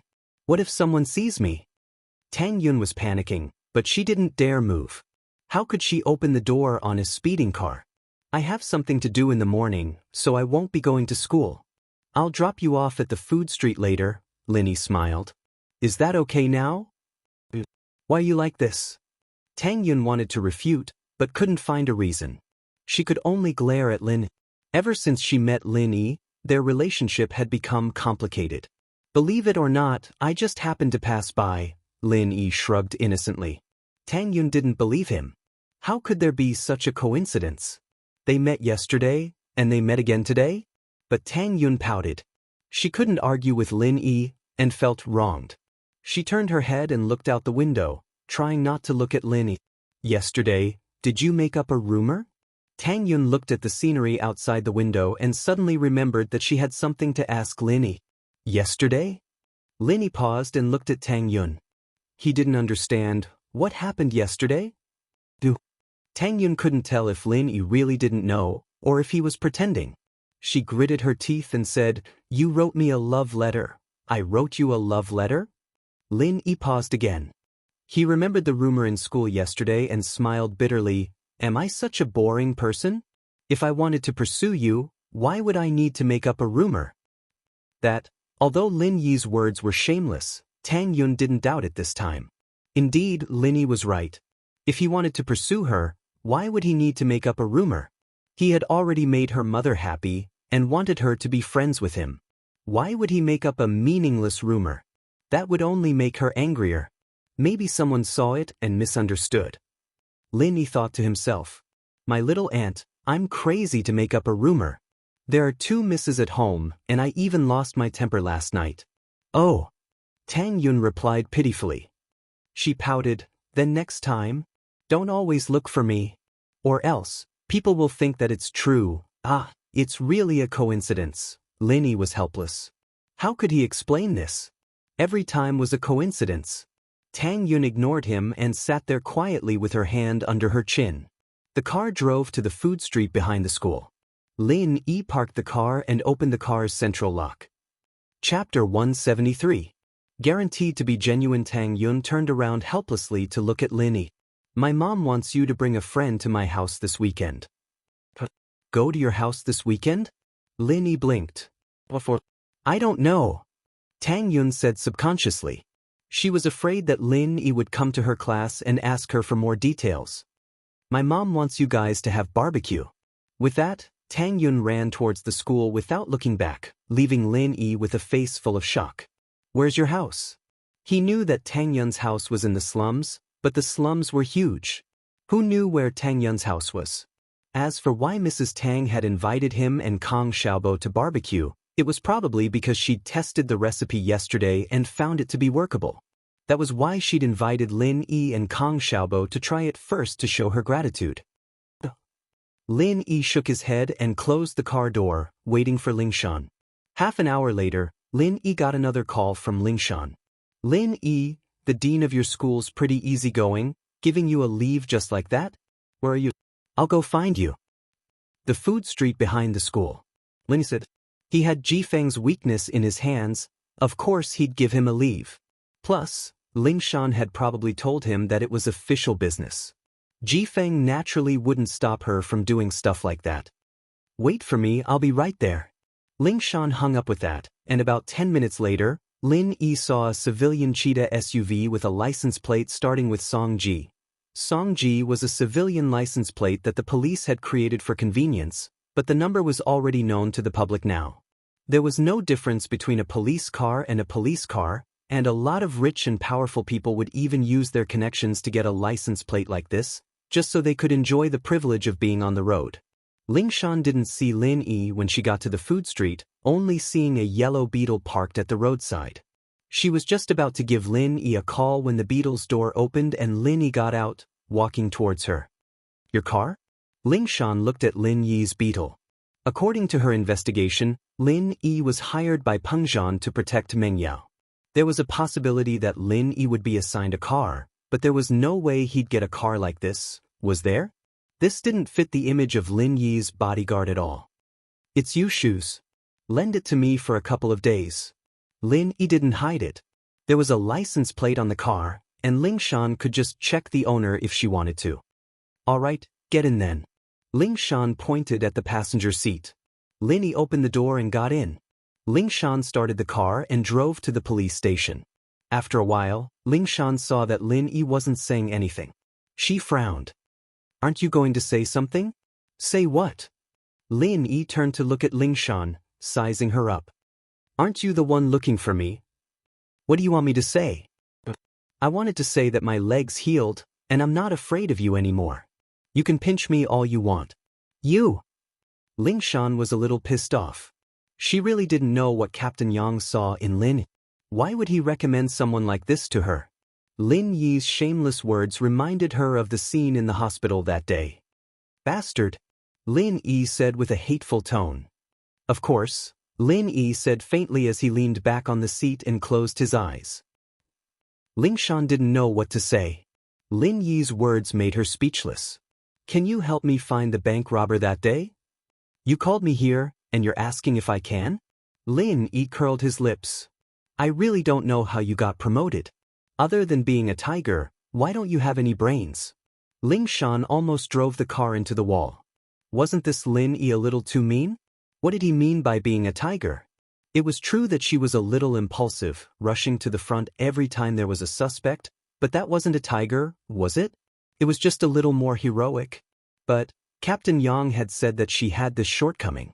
She was the leader, and if she rushed to the front every time, wasn't that just being a hero?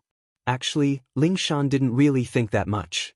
It was like a war where the commander was the first to rush to the front. It was fine if the commander was a little braver, but if he was careless and got ambushed by the enemy, or got injured or even died, then the whole army would be in chaos. Lingshan understood this after the incident. Fortunately, there weren't any major problems, and she had time to change. In actuality, Lingshan really was thinking wrongly. Lin Yi's tiger wasn't referring to her bravery in every mission. As far as Lin Yi was concerned, if he had the ability and confidence to take out the enemy, then he would do it himself. He wouldn't let his teammates fight with him. After all, if he had the confidence, then there was no need for unnecessary sacrifices. When Lin Yi said that Lingshan was a tiger, he was actually referring to her carelessness. For example, when her leg was injured, she didn't see it, and when she knew her leg was injured, she still went to massage it. If that wasn't a tiger, then what was?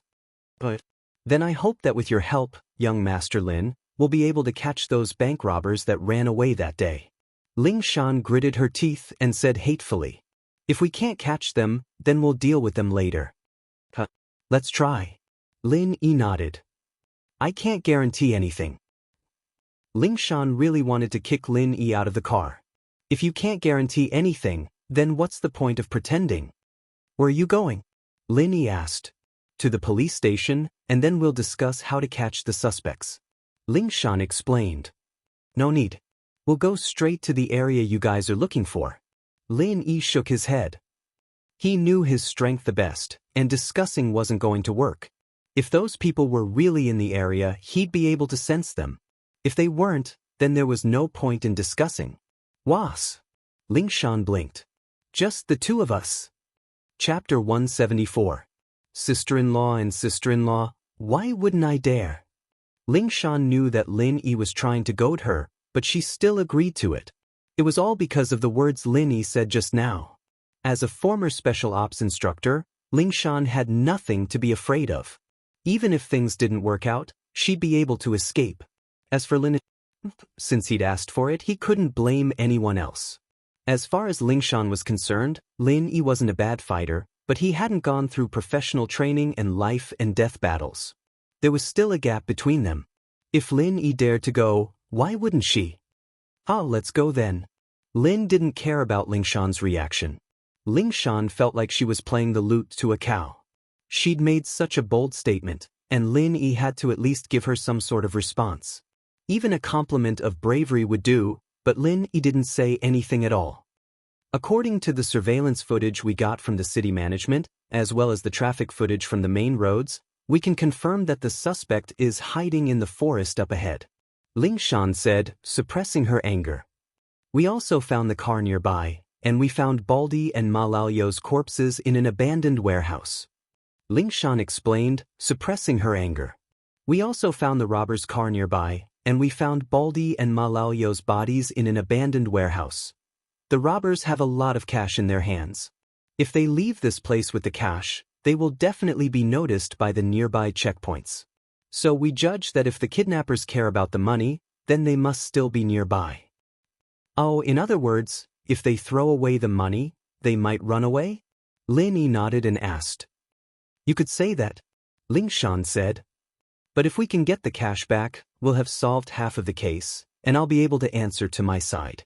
If he's here, I can help you look for him. As for the cash, do you really expect me to find it?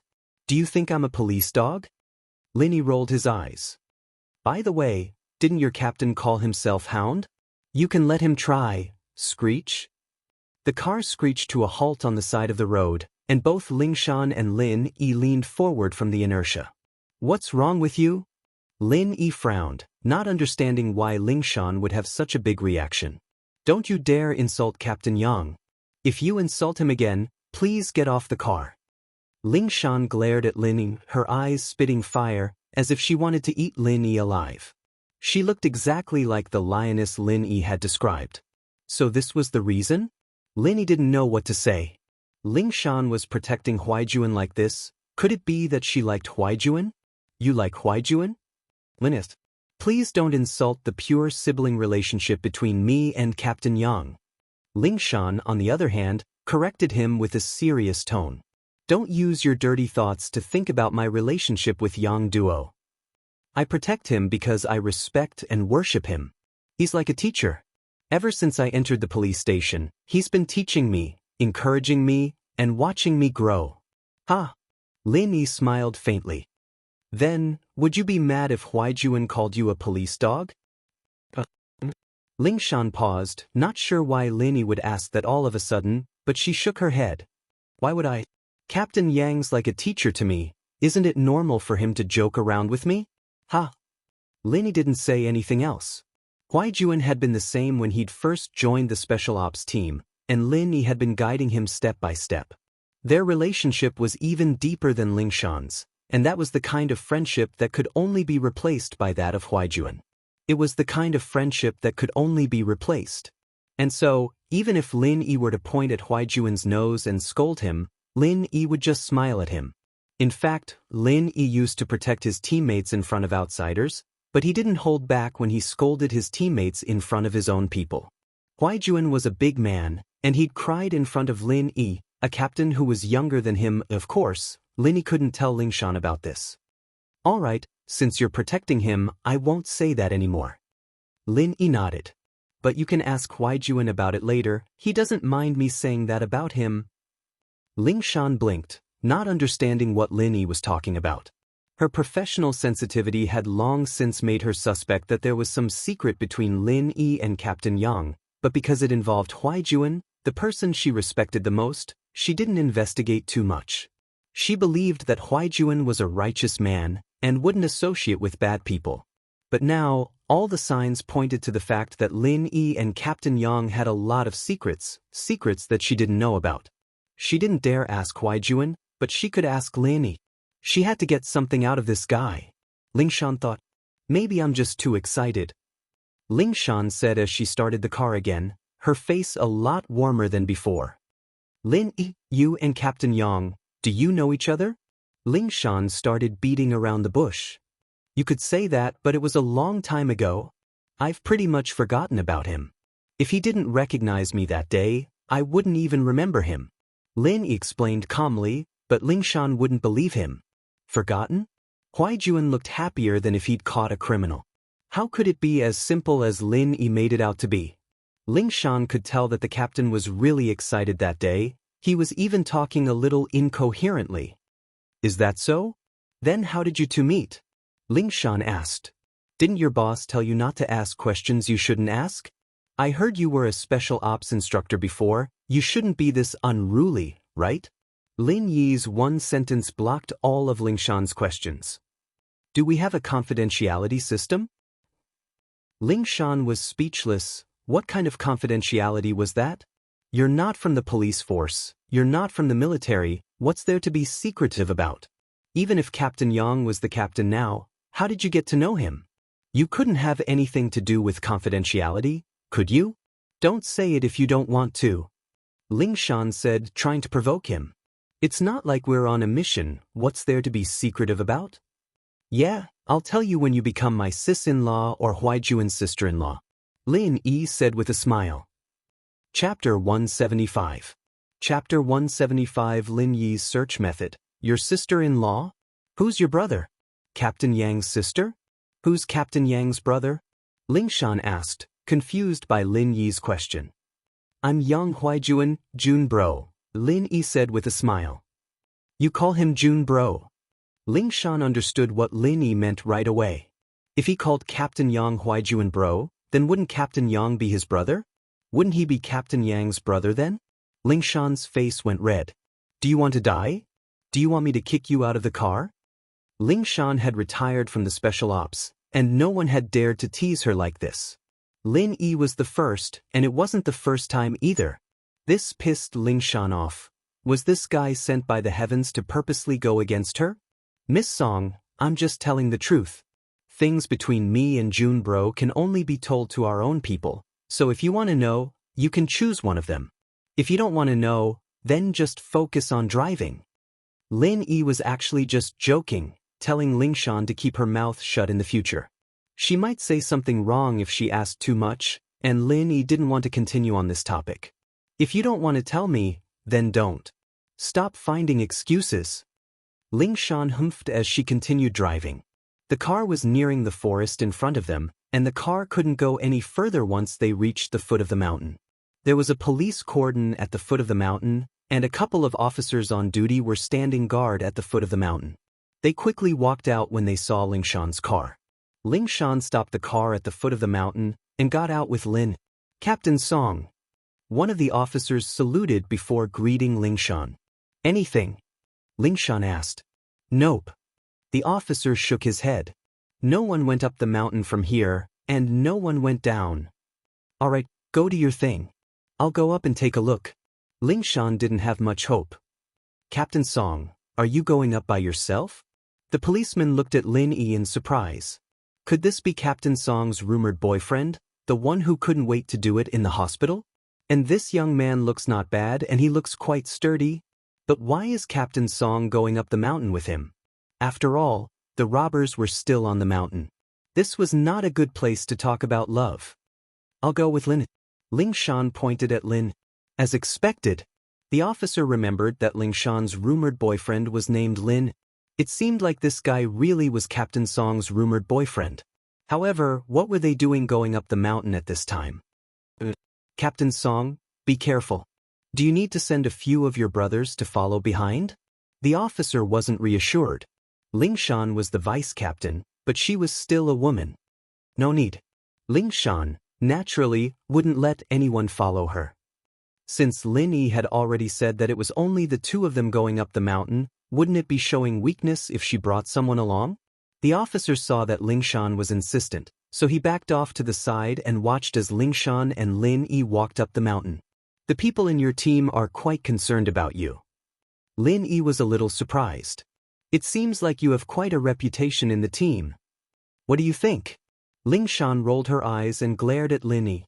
I'm number 1 in the female MMA division in the entire province. Ling Shan puffed out her chest proudly. This was an honor that she deserved to be proud of. Huh? Number 1 in everything else too. Lin Yi looked at Ling Shan's impressive breasts and smiled evilly. Lin Yi, do you want to die? Ling Shan noticed Lin Yi's gaze and that evil smile. How could she not know what he was getting at? You're number 1 in female MMA, but that doesn't mean you can beat a man. Lin Yi shook his head. At least, I don't think you're a match for Yang Huaijuan. So what? I'm not a match for Captain Yang, but taking care of you is child's play. Ling Shan looked at Lin Yi with disdain. You can look down on me if you want, as long as you're stronger than me. Ha! Lin Yi shrugged. Let's fight when we get the chance. All right, who's afraid of who? I'll make sure you're convinced when the time comes. Ling Shan curled her lips. Naturally, she didn't believe that Lin Yi could be that strong. Anyone could be arrogant. She went up the mountain and saw Lin Yi walking around aimlessly. Ling Shan didn't know what he was trying to do. She followed him at first, but after a while, she still couldn't figure out what Lin Yi was trying to do. Lin Yi was walking around aimlessly, and Ling Shan couldn't take it anymore. Lin Yi would walk here and then go back, walking the same path again and again. She didn't know what he was thinking. Was he messing with her? What are you doing?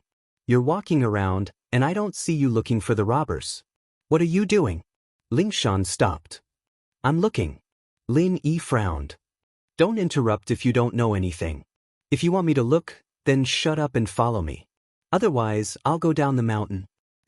Alright, go look then. I'm not talking. Ling Shan was infuriated. She was just asking, and Lin Yi was scolding her for it. Fine, she'd like to see if he could find the robbers with this kind of method. When he can't find the robbers, we'll settle our old and new debts together. Didn't you want to fight? Fine, now it was. Lin Yi didn't have time to care about what Ling Shan was thinking. He was paying attention to the changes in his jade. Lin Yi didn't have absolute confidence that the jade would warn him when he got close to the robbers. After all, the enemies he'd found with the jade all had deep grudges against him, wanting nothing more than to kill him. These robbers, on the other hand, only had bad intentions towards him at the beginning. Ling Shan held back her anger and followed Lin Yi around the forest, not saying much. Wherever Lin Yi went, she'd go. She'd hold back her anger for now, and when Lin Yi really couldn't find them, that would be the time to settle the score. Ling Shan was even suspecting why the captain would introduce someone like this to her. Ling Shan's scouting skills weren't as high as Huaijuan's, but she had basic scouting knowledge and methods. She'd been a special ops instructor for a long time, after all. She might only be a combat instructor, but she had some understanding of scouting techniques. Lin Yi wasn't looking for them at all. It was like he was just trying his luck. She was thinking when she saw Lin Yi walking towards the cliff. Ling Shan quickly followed. What are you doing? There's a cliff there, there's no way out. Chapter 176. Caught him just like this. Hey, what are you doing? Ling Shan said, panicking as she watched Lin Yi walk to the edge of the cliff. It's fine if you can't find them, but don't do anything stupid. Ling Shan couldn't be blamed for thinking like that. There was no path on the other side of the cliff, and Lin Yi was going to fall off if he kept walking. Wasn't that no different from suicide? Was this guy afraid that he wouldn't be able to find Lin Yi and Lin Yi wouldn't be able to settle the score with him and end things there and then? Ling Shan didn't think that Lin Yi was someone like that. There was no way he would be scared of her, no matter how fearless he was. But the truth was right in front of her, and she had to be careful. Lin Yi didn't reply, walking to the edge of the cliff. One more step and he'd fall off when Lin Yi stopped, standing there. Phew! Lingshan breathed out in relief as she ran to Lin Yi's side. What are you doing? Trying to scare me? Lin Yi didn't reply, closing his eyes and standing there quietly. Hey! Lingshan raised a brow. Are you angry? You're a man, you can't be that petty, can you? Right down there. Lin Yi opened his eyes and tapped the ground with his foot, making Lingshan dizzy. Be gentler, don't fall to your death. What do you mean, right down there? Lingshan blinked, not understanding what Lin Yi was talking about. The kidnappers, right down there. Lin Yi said. Ugh. Lingshan's face darkened. You're not telling me that the kidnappers are down there, are you? That they fell to their deaths? Not dead. Lin Yi shook his head. The jade wouldn't react to dead people. Not dead? Lingshan paused. She'd thought that Lin Yi couldn't find them, so he'd come up with some random excuse, telling her that the robbers had jumped off the cliff and died. She didn't expect him to say that they weren't dead. Under my feet, not the cliff. Lin Yi said, stomping his foot again. There's a difference between the two. There should be a cave under this cliff. Cave? Lingshan didn't understand. Why did it sound so magical? There was a cave on this cliff? I'm guessing. Lin Yi said. You can find someone to take a look. Lin Yi could totally climb down the cliff with his bare hands, but Lin Yi didn't do that. It wasn't his job. He didn't want to do that. His mission was complete, after all, and he didn't want to reveal too much. Bare-handed rock climbing was usually done by special forces, and climbing on this kind of unexplored cliff was not easy even for people who had received professional training. If he'd done it so easily, Lingshan, who was from the special ops, would naturally suspect him. Are you sure? Lingshan was in disbelief. Today's events were like the Arabian Nights. Lin Yi walked around the mountain casually before telling himself that there was a cave on the cliff and the kidnappers were in there. No matter who it was, no one would believe it, because it was simply too unimaginable. I'm sure. Lin Yi nodded. At least the jade had never made a mistake before. He could feel the message from the jade. It seemed that these people had tried to harm him before, and the jade could record it, no matter how strong or weak their grudges were. Then wait for me. I'll go down and take a look. Lingshan looked down at the cliff and clapped her hands, wanting to go down. At the end of the day, she still didn't believe that the kidnappers were down there. It's best if you don't. Lin Yi wasn't looking down on Lingshan, but it was a bit difficult for her to take on 4 or 5 kidnappers alone. They have guns. All right, I'll believe you this once. Lingshan gave up on the idea of going down herself after hearing Lin Yi's words. She and Lin Yi were trying to control their anger, but it wasn't something that would risk something like this. What if the kidnappers really were down there? You should have believed me in the first place. Why didn't you trust me? Lin Yi understood Lingshan's suspicions. This was the first time he'd miraculously found the enemy's lair, and Huaijuan and the others were in disbelief as well. I'll contact the chopper and have them bring people over.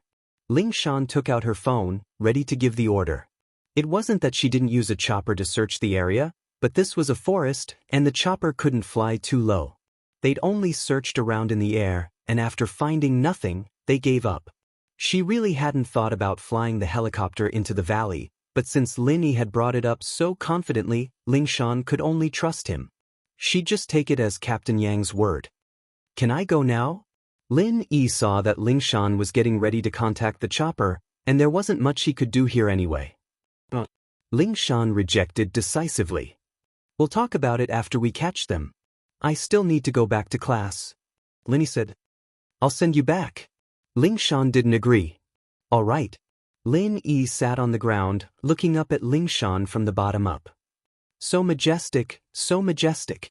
Lingshan didn't understand what Lin Yi was talking about at first, thinking that he was talking about the mountains and the scenery, but when she followed his gaze and saw that it landed on her body, she understood what Lin Yi was talking about. Her face reddened, and she wanted to kick Lin Yi off the cliff. Where are your eyes looking at? There's a part of your body that's too protruding, blocking my view of the blue sky. Lin Yi said innocently. If you keep looking, I'll gouge your eyes out and stomp on them. Lingshan said, not giving Lin Yi a chance to look. You're threatening me, I'm going to call the police. Lin Yi didn't seem to care at all, still lying on the ground. I'm the police, tell me what you want. Ling Shan glared at Lin. Then it's fine. Lin Yi said. Ling Shan was so pissed that she could only glare at him. It wasn't long before a helicopter flew over, and Ling Shan's phone rang as well. She picked it up and told the person where she was, telling them to search under the cliff. Ling Shan didn't have much hope at first, but it didn't take long for her people to report that they'd caught the culprits. Not a single one was missing, except for the dead Baldy and Ma Laolu. Ling Shan really didn't know what to say. What was going on? Did they really catch the culprits? Lin Yi wasn't just making things up, was he just lying to her? It seemed like that wasn't the case. But how did this guy find them? Chapter 177. You deserve it. Ling Shan blushed a little as she listened to the praises from her subordinates. She looked at Lin Yi, who was lying on the ground as if nothing had happened. She felt very conflicted. She told them to bring Lin Yi back to the police station, and that she'd be heading back soon. She hung up after that. She'd definitely get a lot of credit this time. She could already imagine the smile on the director's face when he saw her, but she couldn't bring herself to be happy at all. There was no other reason than that Lin Yi had found the robbers, and she didn't know what to do. Hello. Ling Shan hung up and waited for a while, but Lin Yi didn't say anything. She turned around and crouched down, looking at Lin. We found the kidnappers. How did you do it? Weren't you following me? Lin Yi's eyes were half open as he looked at Ling Shan. What a majestic sight! Ling Shan thought to herself. She had indeed been following him, but he'd been running around aimlessly, and I had no idea how he'd found the robbers at all. Plus, what made him so sure that the robbers were at the bottom of the cliff? Observation. Lin Yi, naturally, wouldn't tell her about the jade. Careful observation and bold deduction. I walked around the mountain without a clue, but I didn't really have no clue. Ling Shan was starting to believe Lin Yi's words. It looked like he'd been walking around aimlessly, but it wasn't really aimless. After all, Lin Yi had found the robbers. I just did what the robbers would do. Lin Yi said. The robbers would have done the same thing when they first came up the mountain, running around aimlessly. They didn't have any recon or counter-recon training, so they wouldn't have been able to look for a hiding spot carefully. They're not like you guys, they're not professionals.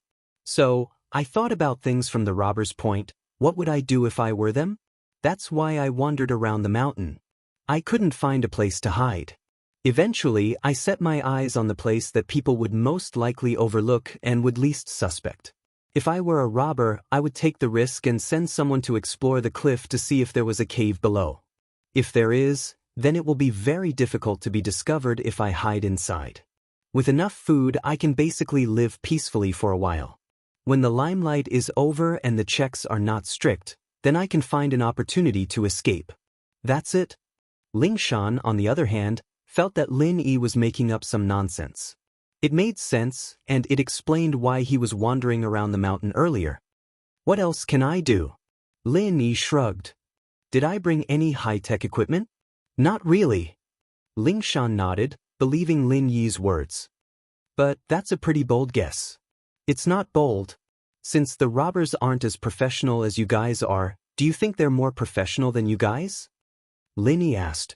So, if they're not, then they're taking the risk and hiding in a dangerous place. No matter what, thank you. Ling Shan thought that Lin Yi's method of searching was way too simple. It was almost like a joke, but she couldn't say anything since he'd found them. You're welcome. I was hired by Mr. Chu. These people are trying to harm Miss Chu, so it's only natural that I cooperate with you guys to find them. No need to thank me. Lin Yi was telling the truth this time. No wonder Captain Yang would recommend you to me. Ling Shan said. But who did you learn all this from? We just have different ways of thinking. Lin Yi didn't answer the question directly. You're looking at it from a police point of view, I'm looking at it from a normal person's point of view. Then how long are you going to keep looking? Ling Shan suddenly changed the topic. Should I keep lying down for you to look at? Should I open up my collar too? Ahem. Lin Yi coughed dryly. Ling Shan had seen where he was looking, and he'd been talking so much with a straight face. This made Lin Yi a little embarrassed. I'm looking at the sky. Then keep looking. I'm leaving. Ling Shan stood up and turned to leave. I'm not looking anymore. Let's go. Lin Yi jumped up from the ground and patted the dust off his clothes. The police line at the foot of the mountain had been removed, but the 2 officers on duty were still there.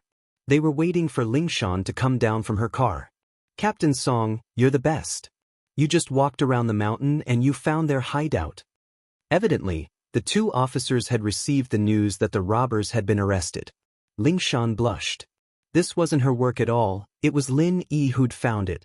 She looked at Lin Yi from the corner of her eyes, but he acted as if he hadn't heard anything, walking towards the car and getting ready to get in. Ling Shan breathed out in relief and turned to the 2 officers. You guys leave too. I still have something to do. I'll be back in a bit. All right, Captain Song. The 2 officers got into their own car. Ling Shan opened the door and got in with Lin. She quickly started the car and left the place. What the 2 had said just now made her feel very embarrassed. Remember, this work is yours. It has nothing to do with me. Lin Yi said suddenly. Ah. Ling Shan paused and looked at Lin Yi, a little surprised. What did he mean? Drive properly. Watch the road. Lin Yi reminded. Only you know about this. Don't tell anyone else. I have a lot of things to do right now. I don't have time to deal with other things.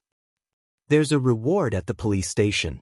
Anyone who can provide information about the robbers will get 200,000. You don't want it? Ling Shan didn't understand why Lin Yi was avoiding the responsibility so cleanly. I do, but I don't want trouble. Lin Yi said. Do you really think these people are the kidnappers? That there's no one behind them? You're saying that you're afraid that the people behind them will take revenge on you. Ling Shan was starting to understand what Lin Yi was saying. Not revenge. I know who the people behind them are.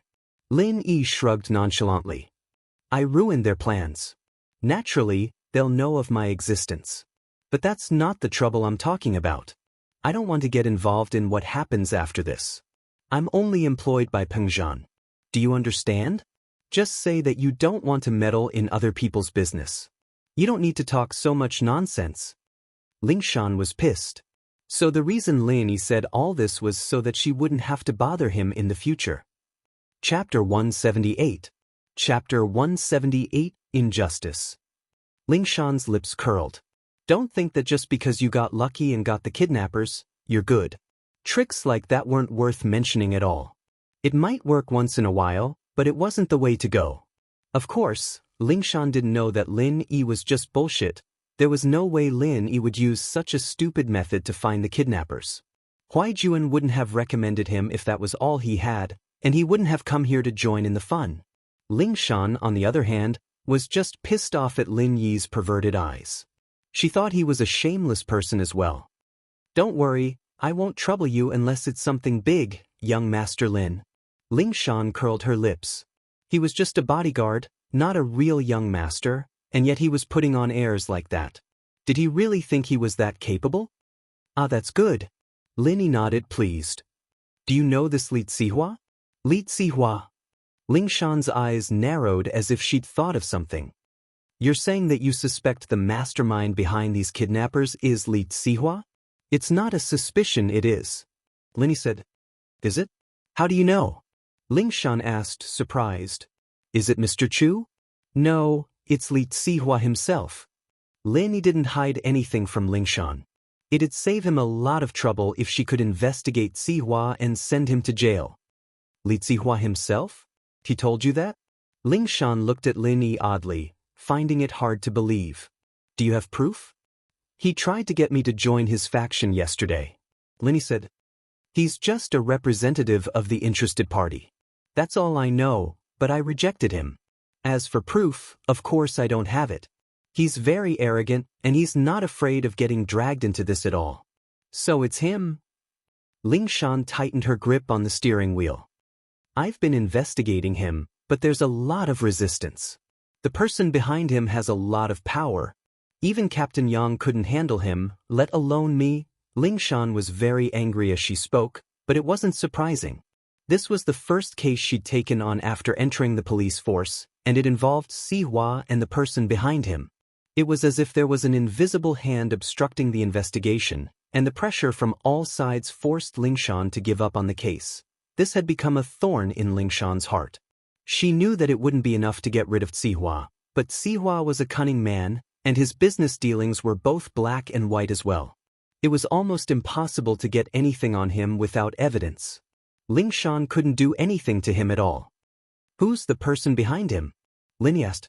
Lin Yi had never cared if a person had a lot of power or background. He didn't care about that at all.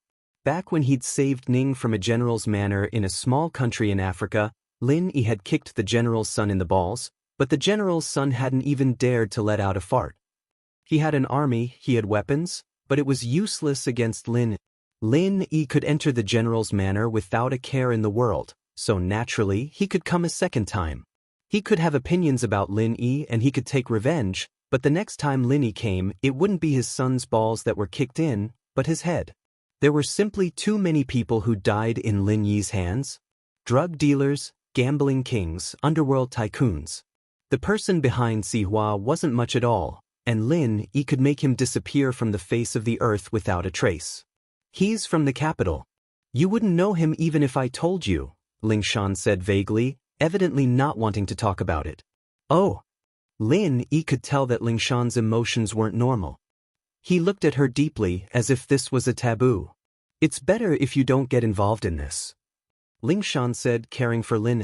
Captain Yang and I can't touch this person now, and the director can't either. If you get involved, you might lose your life. Just be an obedient follower. If he doesn't mess with me, I won't bother with him. Lin Yi smiled. Lingshan rolled her eyes at Lin Yi, thinking that he was bragging. She parked the car in front of Songshan's first school and unlocked the door. I'll remember what happened today. I owe you one. I'll treat you to a meal next time. Sure. Lin Yi nodded without thinking. Lingshan didn't know what to say. She wanted to treat Lin Yi from the bottom of her heart, but he couldn't just accept it so shamelessly, could he? She had to push it a little. Lin Yi didn't care about what Lingshan was thinking. He got out of the car and walked into the school. In the floating cloud bar, Sihua had already smashed 4 or 5 bottles of 80-year-old red wine, and the floor was covered in red juice that looked like fresh blood. Su Jiaonong stood at the side, his head lowered as he handed over the 82 lafite that the waiter had just brought over. Sihua bro here? Motherfucker!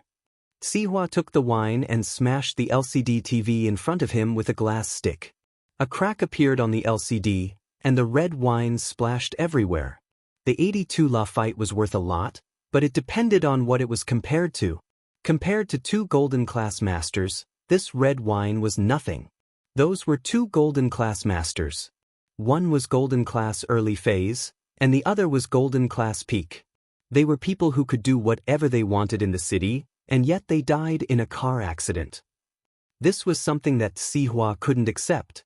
Sihua would have accepted it if they'd been killed by someone else. After all, he wasn't strong enough, and he couldn't blame anyone for his death. But these 2 had died unjustly.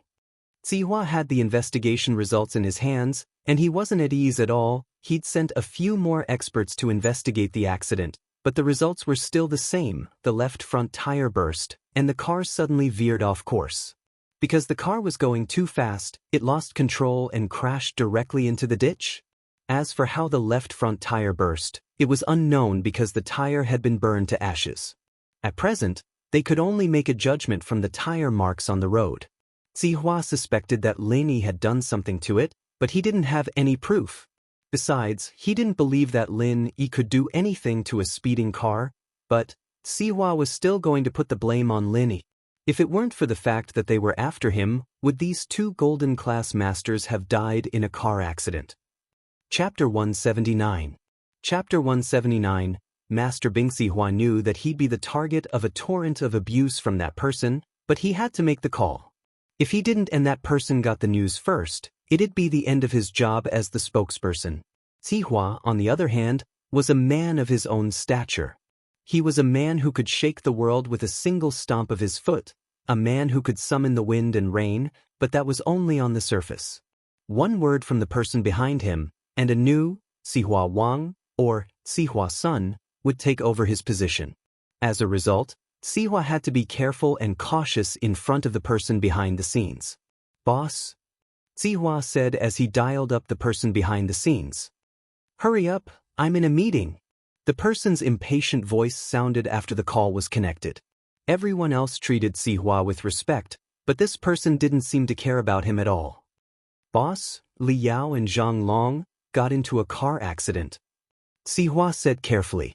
Send them to the hospital if they got into a car accident. Small injuries are nothing to them, what's there to talk to me about? Is there anything else? The boss said impatiently. Boss, it's not a small injury. Sihua said bitterly.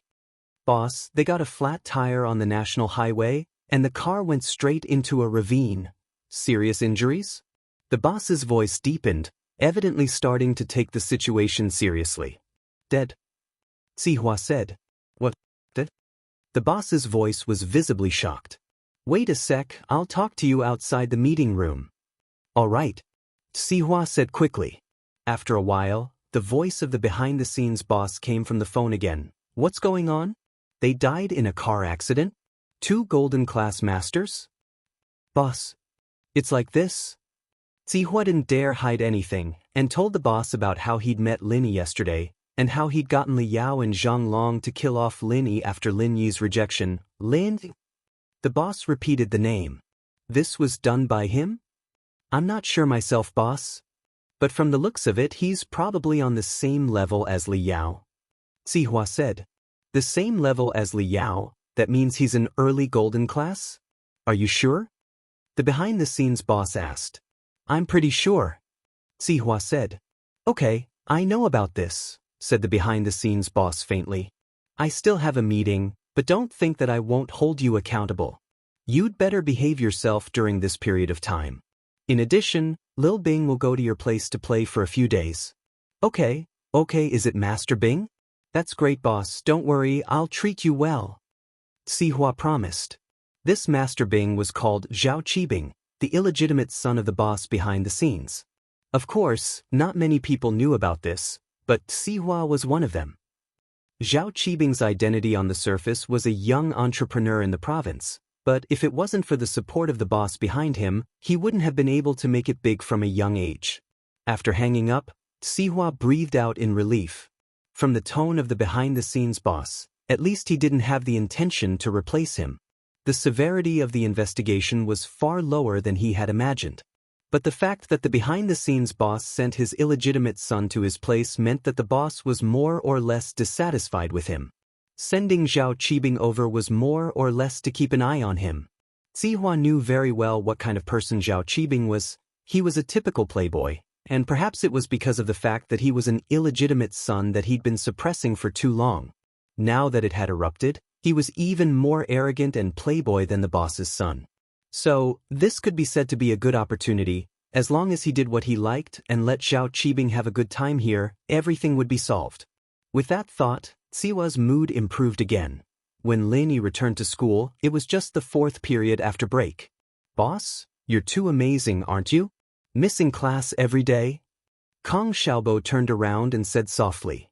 It's still a matter with the police, it's not over yet, Lin Yi said. Oh, I see. Kong Xiaobo heard that it was still a matter with the police, so he didn't ask much. Are you free this weekend? Lin Yi suddenly remembered that Tang Yun said that they were going to her house for barbecue, so he asked. Weekend? Yeah, what's up, boss? Kong Xiaobo didn't have anything to do, so when he heard that Lin Yi had plans for the weekend, he was very excited. Tang Yun's mother invited us to her house for barbecue this weekend. Do you want to go? Lin asked. Tang Yun's mother? No way, right? Boss, you've made great progress already? Kong Xiaobo's eyes widened as he looked at Lin Yi in disbelief. She's here already? Can you not think so much? Lin Yi smiled bitterly. I just gave her a recipe and she might have succeeded in testing it. She's inviting us to her house to express her gratitude. Are you going or not? Of course I'm going. Kong Xiaobo quickly nodded. Then we'll contact each other this weekend. Lin Yi shook his head, seeing that Kong Xiaobo was even more enthusiastic than him. Guan Xian worked 1 day and 1 night, 24 hours and 24 hours off. Guan Xian, on the other hand, wasn't in a good mood. She'd been happily waiting for Lin Yi to come for the change, but he hadn't come even after a day and night. She'd been in a daze all the way until she got off work, and couldn't help but ask the lady in the same department if Lin Yi had been coming for the change these past few days. The lady had an impression that Lin Yi's last change was a few days ago, and he hadn't come after that. Wang Lin was a bit disappointed after hearing the lady's words. She didn't know why, but she was looking forward to seeing Lin Yi. She was looking forward to coming to work when she was resting at home. This was something that had never happened before. Was it because Lin Yi took the bullet for her? Or was it something else? Wang Lin didn't know, but she felt empty when she didn't see Lin. She was worried about his wounded. Gunshot wounds weren't that easy to heal. Logically speaking, he shouldn't have recovered, but why didn't he come to change his bandages? Was he purposely avoiding her? Women's thoughts were always complicated, and Wang Lin's thoughts started to run wild. She started to worry about her gains and losses. When she got home, she saw her grandpa happily plowing the yard, looking like he was planning to plant something. Chapter 180. Chapter 80. The worried nurse. You're back. Anything? Xu Min put down his work with a smile. I'm plowing the ground and planting some herbs. Oh? You seem to be in a good mood, Grandpa? Guan Xen forced a smile. She didn't want to spoil her grandfather's mood when he was in such a good mood, so she tried to keep her emotions as normal as possible. I met a miracle doctor yesterday. He had a lot of insights that cleared up a lot of questions I've had for most of my life. Xu Min was still in a good mood from his meeting with Lin Yi yesterday. What an amazing young man. Young man? Miracle doctor? Guan Lin was a little surprised. Her grandfather was a leading figure in the Chinese medical world, and was known as Miracle Dr. Guan. According to him, the person who could become a divine doctor, how powerful must that person be? But from what her grandfather was saying, it seemed like this person was still very young. A young man? Age doesn't determine one's ambitions. Xu Min waved his hand. We may not be master and disciple in name, but we've been master and disciple at times. I treat him as a master and disciple. Treat him as a master and disciple? Guan Lin's eyes went wide as she stared at her grandfather in disbelief. He didn't look like he was sleepy, did he? Was there really someone that amazing? Xen, this young man's not bad. When you're free, make us some dishes and I'll invite him over. Xu Min smiled. You're not young anymore, Xen. It's time to think about marriage, Grandpa. Guan Lin twisted her body and lowered her head shyly, but for some reason, Lin Yi's image flashed through her mind. It wasn't that Guan Lin didn't understand her grandpa's meaning. It seemed like he was trying to matchmake her with the miracle doctor that much. But Guan Lin wasn't too interested in this. The two of them didn't even know each other, and Guan Lin blushed just thinking about it. Xu Min naturally didn't understand his granddaughter's thoughts, and thought that she was shy. Go back to your room and get some rest. You didn't sleep well on duty last night, did you? Grandpa, I'll be going upstairs then. Guan Lin nodded and sighed as she entered the villa and headed for her room. After school in the evening, Lin Yi had to go to the food street to get his car. After parting ways with Kong Xiaobo, he walked towards the food street. He'd sent a message to Yushu and Meng Yao, telling them that he'd driven to school and wouldn't be leaving with them tonight. Originally, Lin Yi wanted to ask Mrs. Tang about the specific time and address of the barbecue stand. However, Mrs. Tang did not open her stand today, so Lin Yi could only drive away. Lin Yi didn't go straight to Meng Yao's villa, but went to Yushu's first. Lin Yi wanted to get her computer so that it'd be easier for him to search for information. The layout of Yushu's villa was basically the same as Meng Yao's, and even the decorations were similar. They must have done it together. Lin Yi sweated as he looked at the panties strewn all over the living room and the sofa. He didn't want Yushu to think he was some kind of pervert. Yushu wasn't here, so she wouldn't know about it. He went upstairs, and this was Lin Yi's first time seeing the upstairs of the villa. Meng Yao's place should be pretty much the same. There were 4 rooms upstairs, and Lin Yi found the study and moved the computer downstairs. He locked the door and left the villa. Lin Yi didn't touch anything else in the villa. Miss Chen wasn't that easy to mess with, and he'd have another handle on him if he touched anything of hers. Mengyao and Yushu were watching TV in the living room when Lin Yi got back to the villa. For the first time ever, the two of them were watching TV in the living room. Usually, they'd go upstairs when they got home. Mengyao and Yushu glanced at Lin Yi when he came back with a computer before turning their eyes back to the TV screen. Lin Yi glanced at the TV screen. It was a celebrities concert, and a pretty girl was jumping up and down on the stage. It was just that she was wearing a little too much clothes. Lin Yi thought that it'd be great if she wore a little less. Hey, do you want to watch the concert with us? The superstar Su Shihan is there too. Yushu's eyes didn't leave the screen. I'll pass. You guys go ahead. Lin Yi wasn't very interested in celebrity concerts like this. There was just too much negative news in the showbiz, and it made Lin Yi think that the girl on the TV was just pretending to be innocent, tricking young girls like Mengyao and Yushu.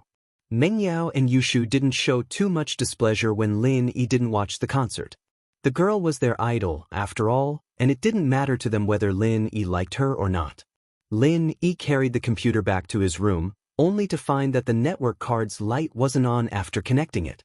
The cable on the wall was working, and the only possibility was that the cable wasn't connected to this room. Lin Yi walked out of the room again. Yao Yao, where's the cable to the house? There's no signal in my room. It's upstairs, go do it yourself. Don't bother me watching the concert. Mengyao said impatiently with a wave of her hand. Lin Yi's room hadn't been occupied before, so it was only natural that the cable wasn't connected properly. Go upstairs? Lin Yi blinked. Wasn't he not allowed to go upstairs? Was he supposed to let him go today? Although both of them were downstairs, it was still their own little world upstairs, right? You can't go to Mai and Shu's room. The data box is in the middle of the staircase. General Wei Wu, follow him, bite him if he goes anywhere else. Mengyao was clearly obsessed with the concert, and she didn't even care if Lin Yi went upstairs. But she wasn't stupid enough to send General Wei Wu to follow him. But would that work? General Wei Wu let out a low growl, wagging its tail unwillingly beside Mengyao's feet. What? You want to watch the concert too? Mengyao thought that General Wei Wu was reluctant to leave.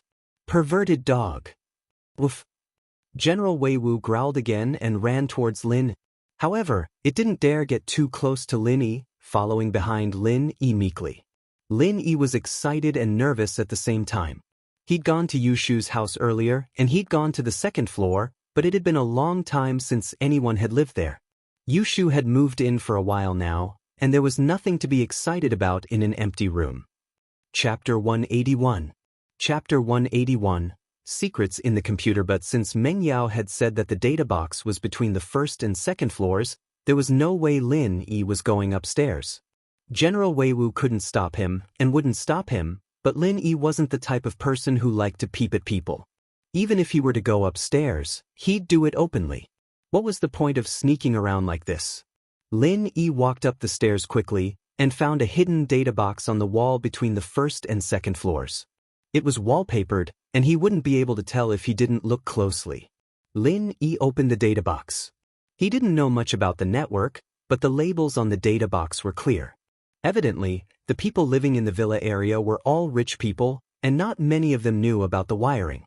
The developers had taken this into consideration when they built the house, and the switches in each room were clearly labeled.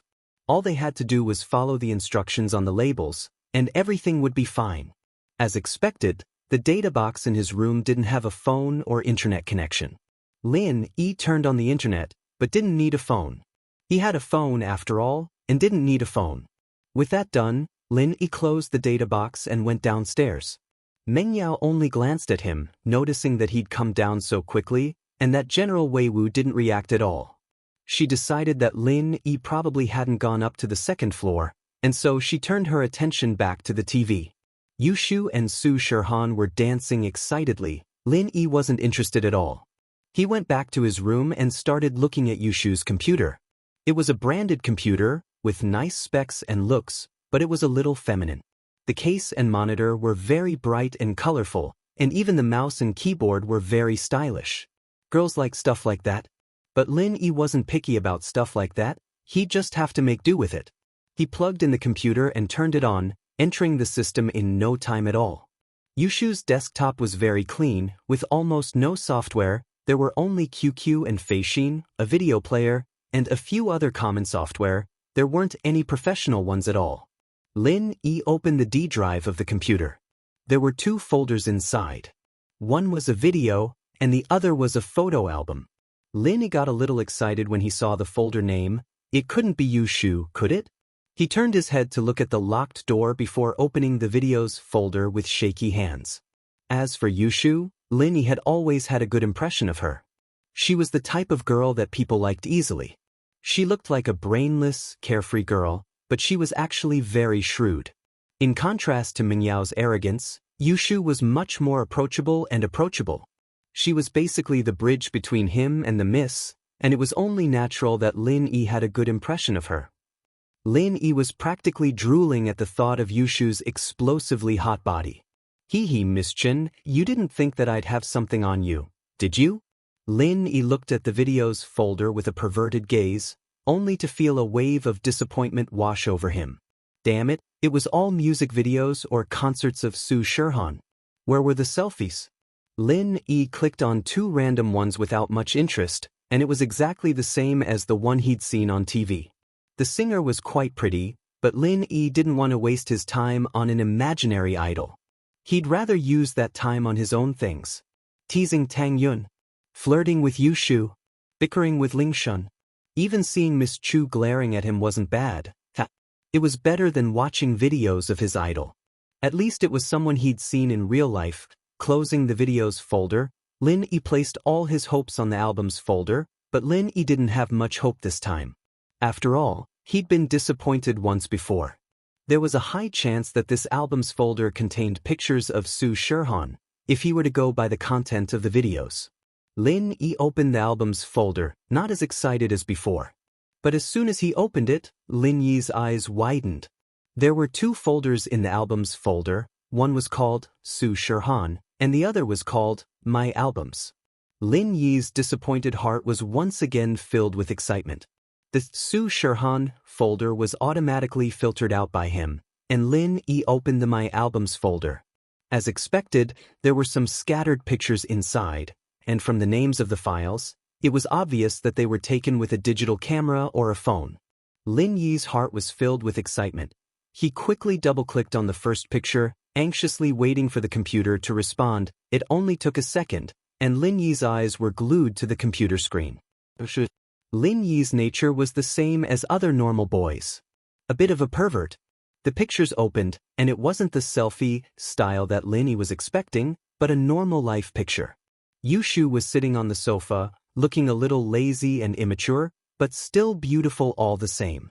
The date on the picture showed that it was taken 3 years ago, when Yushu was in her first year of high school. Lin Yi flipped through the album, and other than Yushu, there were also pictures of Mengyao and Yushu. There were also pictures of the 2 of them together, some of them in their pajamas, but they weren't out of bounds. They could be counted as private pictures, but they were a far cry from the selfie type. Even so, Lin Yi was still enjoying it. He lived under the same roof as these 2 beauties, and Lin Yi was too embarrassed to look at them with his eyes wide open. Now that he had the pictures, it was easier to look at them. From the time of the pictures, Lin Yi could see that Mengyao and Yushu had changed from 2 young girls to the beautiful women they were now. These pictures were proof of their growth and friendship, and it was very precious. Most of the pictures were of the 2 going out and having fun, and the 2 would go on a trip every winter and summer break. Lin Yi just didn't know who was taking the pictures. It couldn't be Faubert, could it? Lin Yi couldn't help but think of Faubert huffing and puffing behind the 2 girls with a camera on his back. Well, it seemed like a part of Faubert's work had been transferred to him already. Was he the Mrs. Follower now? Lin Yi stopped smiling at the thought. Next time, he'd probably be the one carrying the camera around, wouldn't he? Chapter 182. A warning to the headline didn't have anything else to do at the moment, so he opened up the internet and searched for the name Zihua. Most of the news was positive, and only a few small forums had some comments about how Zihua was a local boss, saying that he could do whatever he wanted. None of that was of any use to Lin. Lin Yi closed the webpage and turned to search for information about Dr. Kong. Since Lin Yi was planning to show off his skills in the medical industry, It was a necessity for him to know about this Dr. Kong. What Lin Yi didn't expect was that the man was Kong Xiaobo's grandfather. It was a bit of a coincidence. A man couldn't live without money. His old man was very strict with him, but Lin Yi had never complained about it. A mission was worth a few hundred kuai. It wasn't even as much as the funds for the mission. His Shifu wasn't a stingy man, and the rest of the money would be transferred to his old man's account, other than the portion that the organization had to keep. But the old man only gave him a few hundred kuai. Lin Yi couldn't be bothered to argue about it. The only possibility was that the old man had taken the money for himself. But to Lin Yi, the old man was like a father to him, the one who'd raised him from a young age. If the old man was greedy, then so be it. Lin Yi could only pretend that he didn't know anything about it, since he didn't have to worry about food and clothing. What Lin Yi didn't understand, however, was why the old man was still so poor after taking the money. Was he a modern-day granddad? He was getting Pingzhan's salary every month, but Lin Yi didn't have a source of income of his own. Who knew what was going on with this mission? Lin Yi still couldn't figure it out. He had to leave a backup plan. What if he lost his job? Lin Yi had truly fallen in love with his current life. He went to school like any other high schooler. He had his friends, and the girl he had a crush on. From the reviews on the internet, Dr. Kang's reputation was pretty good. It was just that the medicine was either too popular or too hard to get a hold of, resulting in a situation where there wasn't a market for it. But that only served to prove how amazing the medicine was. Lin Yi hadn't seen what Dr. Kang's golden creation looked like, but Lin Yi was confident that his old man's prescription wouldn't be much worse than Dr. Kang's. The market would probably be split in two if he were to bring it out. Lin Yi didn't have anything to do the next day, so he naturally wouldn't drive to school by himself. Meng Yao and Yushu were yawning as they walked downstairs, evidently having stayed up late last night to watch the concert. Lin Yi didn't think much of the star's attractiveness at all. She was a bit prettier than Meng Yao and Yushu, but that was only because of the makeup and the stage effects. Meng Yao and Yushu were on par with the star in terms of quality, and Lin Yi felt that he'd rather watch his two girls than the star. That concert yesterday was so good. I wonder when Lil Han's coming to Songshan for her concert? Yushu was still thinking about the show last night. Man, Songshan's not a provincial city, and it's not a special economic zone either. It'll probably be a little difficult. We have to get a Blu-ray of the concert. We didn't get enough of it yesterday. Yeah, we'll go buy it at noon. See if there's a music store near the school. Yushu nodded. But there don't seem to be any legal ones near the school. We'll have to go to the bookstore if we want to buy the original one. Lin. Meng Yao called out to the idling Lin. Go get us a Blu-ray of Su Shihan's 2011 concert if you're free this afternoon. The first one was a month ago. I'm sure they'll be selling it by now. Lin Yi nodded as he watched the two star chasers chatting away. It was a small matter. Lin Yi didn't think much of it. Hi, you're so smart, Yao Yao. With Shield Bro running errands, we don't have to walk that far anymore. Yushu had been grumbling about how far it was to walk to the bookstore, about 1 kilometer, and she didn't want to trouble Faubert to come over at noon.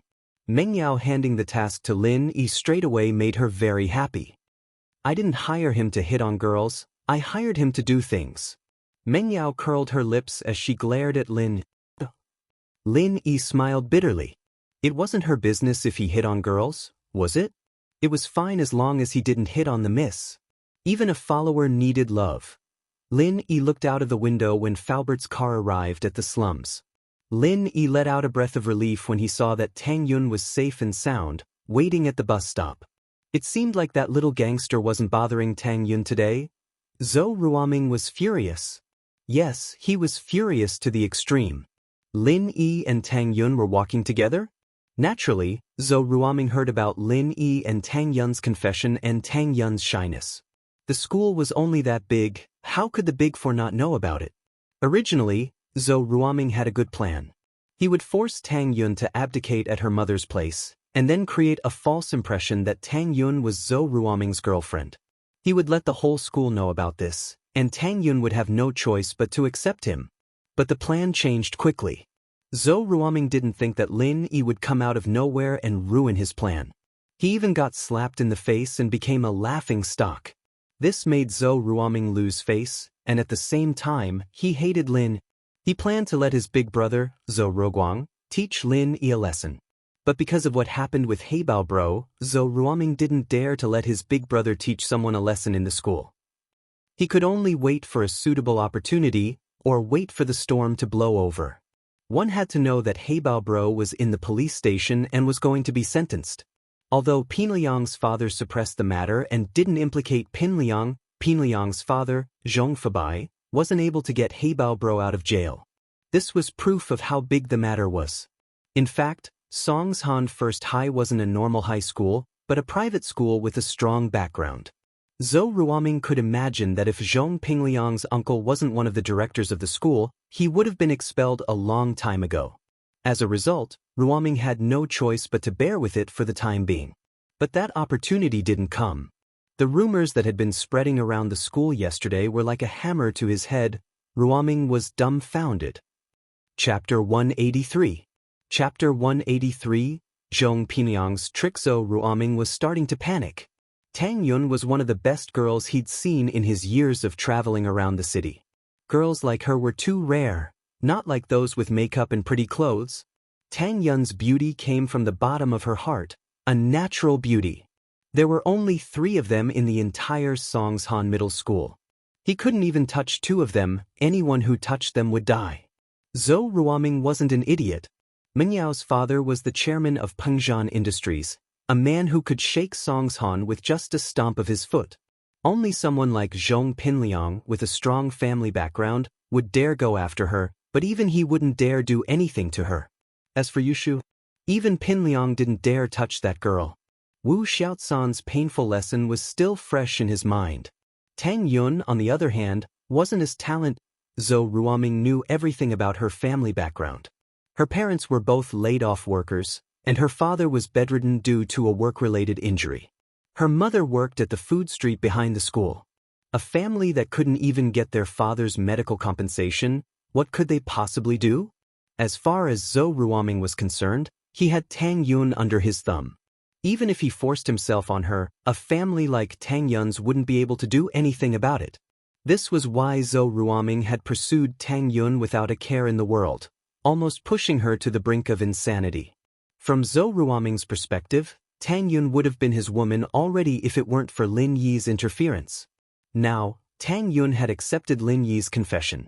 The hero saving the damsel in distress was a cliché, but it was effective. He must have played the villain that day, giving Lin Yi a chance. Zhou Ruoming regretted it. If he'd known this would happen, he would have gotten his lackeys to play the villain and let them show off their skills. Sitting under the basketball hoop, Zhou Ruoming was sulking. His lackeys also knew that Zhou Ruoming was in a bad mood, so they didn't dare to speak. "Brother Ming, what's wrong? Why do you look so depressed?" Pinliang saw Zhou Ruoming's sad face as he sat under the basketball hoop. His face alternated between anger and regret, and he could guess why Zhou Ruoming was like this. Pinliang's sharp senses told him that this was a good chance to teach Lin Yi a lesson. "Oh, it's Liang Zi." Zhou Ruoming raised his eyelids and saw that it was Zhong Pinliang, but he didn't feel embarrassed at all. Zhong Pinliang wasn't much better off than him. He'd lost to Lin Yi as well. His old man's men were all in jail, and Zhou Ruoming and Zhong Pinliang were just the pot calling the kettle black. "Are you here to watch me make a fool of myself?" "Brother Ming, what are you talking about? I've always respected you, Brother Ming." Pinliang patted one of the lackeys beside Zhou Ruoming, and the lackey quickly moved aside, letting Pinliang sit beside Zhou Ruoming. "Liang Zi, I've been slapped in the face this time." Zhou Ruoming sighed and said hatefully, "Everyone in the school knows that I'm chasing after Tang Yun, but that bastard Lin Yi beat me to it. I can't take this lying down." "Ming bro, I think that you're too conservative in this matter," Pinliang said with a pained expression. "Tang Yun's family background isn't that big of a deal. There's a saying, the one who strikes first gains the advantage. Ming bro, if you force her, wouldn't Tang Yun be yours now? Right now, even if I want to force myself on you, I don't dare to. You know that Mingyao's family is even more powerful than mine." "You're right, Liang Zi. Don't even mention how much I regret it now." Zhou Ruoming's face darkened. If I knew this would happen, I would have forced myself on her. I'm a professional at this, I've done it before. That's right. Pinliang said. How could I let that bastard Lin Yi beat me to it? But it's too late now, I regret it. Zhou Ruoming had been holding it in for a long time, but now that a young bully with a similar identity appeared, and the two of them were in the same boat, having a common enemy, Lin Yi, it was only natural that Zhou Ruoming would complain to him. Ming bro, I don't agree with what you said. Pinliang suddenly changed the topic. As the saying goes, a good meal isn't too late. It's not too late for you to make your move now. No matter how fast Lin Yi is, he won't be able to take Tang Yun in 2.5 days. If you take her now, she'll be with you. Pinliang didn't have much education, and he didn't know if he was using the right words. Fortunately, Zhou Ruoming was a fool. He didn't understand what a good meal isn't too late meant, but he felt that Pinliang's words made sense. Zhou Ruoming slapped his thigh and shouted in surprise. That's right, why didn't I think of that? It's not too late for me to make my move now. Tang Yun will be mine, and Lin Yi won't be able to play anymore. Liang Zi, you've really woken me up. Ruoming matched Pinliang's, when Zhou line with his own in order to show off his culture level. Man, Ming bro, there's hope for your path of love, but I still need to work hard. Pinliang was overjoyed when he saw that Zhou Ruoming had accepted his suggestion. Now that Tang Yun was fucked by Zhou Ruoming, Lin Yi would probably be very depressed, right? But on the surface, Pinliang still acted sad and helpless. Liang Zi, I'll thank you heavily after this is done. Zhou Ruoming clenched his fist as if he had seen hope. But don't reject me when I ask you to give me some advice. Don't worry, it'll be fine. Pinliang said happily. Why was she asking for his help? Alright, that was his strength. Pinliang hummed a tune as he walked to the classroom. Zhou Ruoming was happy to play basketball with his lackeys now that he'd solved his problem. Pinliang saw his lackey Zhang Naipeo running towards him like crazy before he reached the classroom door. It was as if he had seen his savior. Pow, what are you doing? You're running so fast, are you training for the sports day? Pinliang was in a good mood today, so he joked with Naipeo. Liang bro, I'm begging you, save my dad, save my brother. Naipeo said as he knelt down in front of Pinliang. Pinliang froze at Naipeo's sudden action. Pow, what's wrong with you? What's wrong with your dad and brother? How can I save you? Can't you explain it more clearly? Pinliang frowned. He didn't understand what Lin Yi was talking about. Chapter 184. Chapter 184, Zhang Naipeo's plea. Pow, get up first. What's up with you kneeling on the ground? Pinliang didn't look like he was joking, but this wasn't the right place to be kneeling on the ground. Liang bro, please promise me. I'll get up if you promise. Naipeo's only hope was Pinliang right now. If Pinliang was willing to help him, then his family would be safe. All right, I promise you. Get up now. Pinliang said as he pulled Naipeo up. Pow, if you have something to say, just say it. This is a school, what would people think of you kneeling on the ground? Liang bro. I'm sorry, I was too impulsive. Naipeo said, realizing that his actions weren't very appropriate. You can't do that even if you're impulsive. Pinliang said.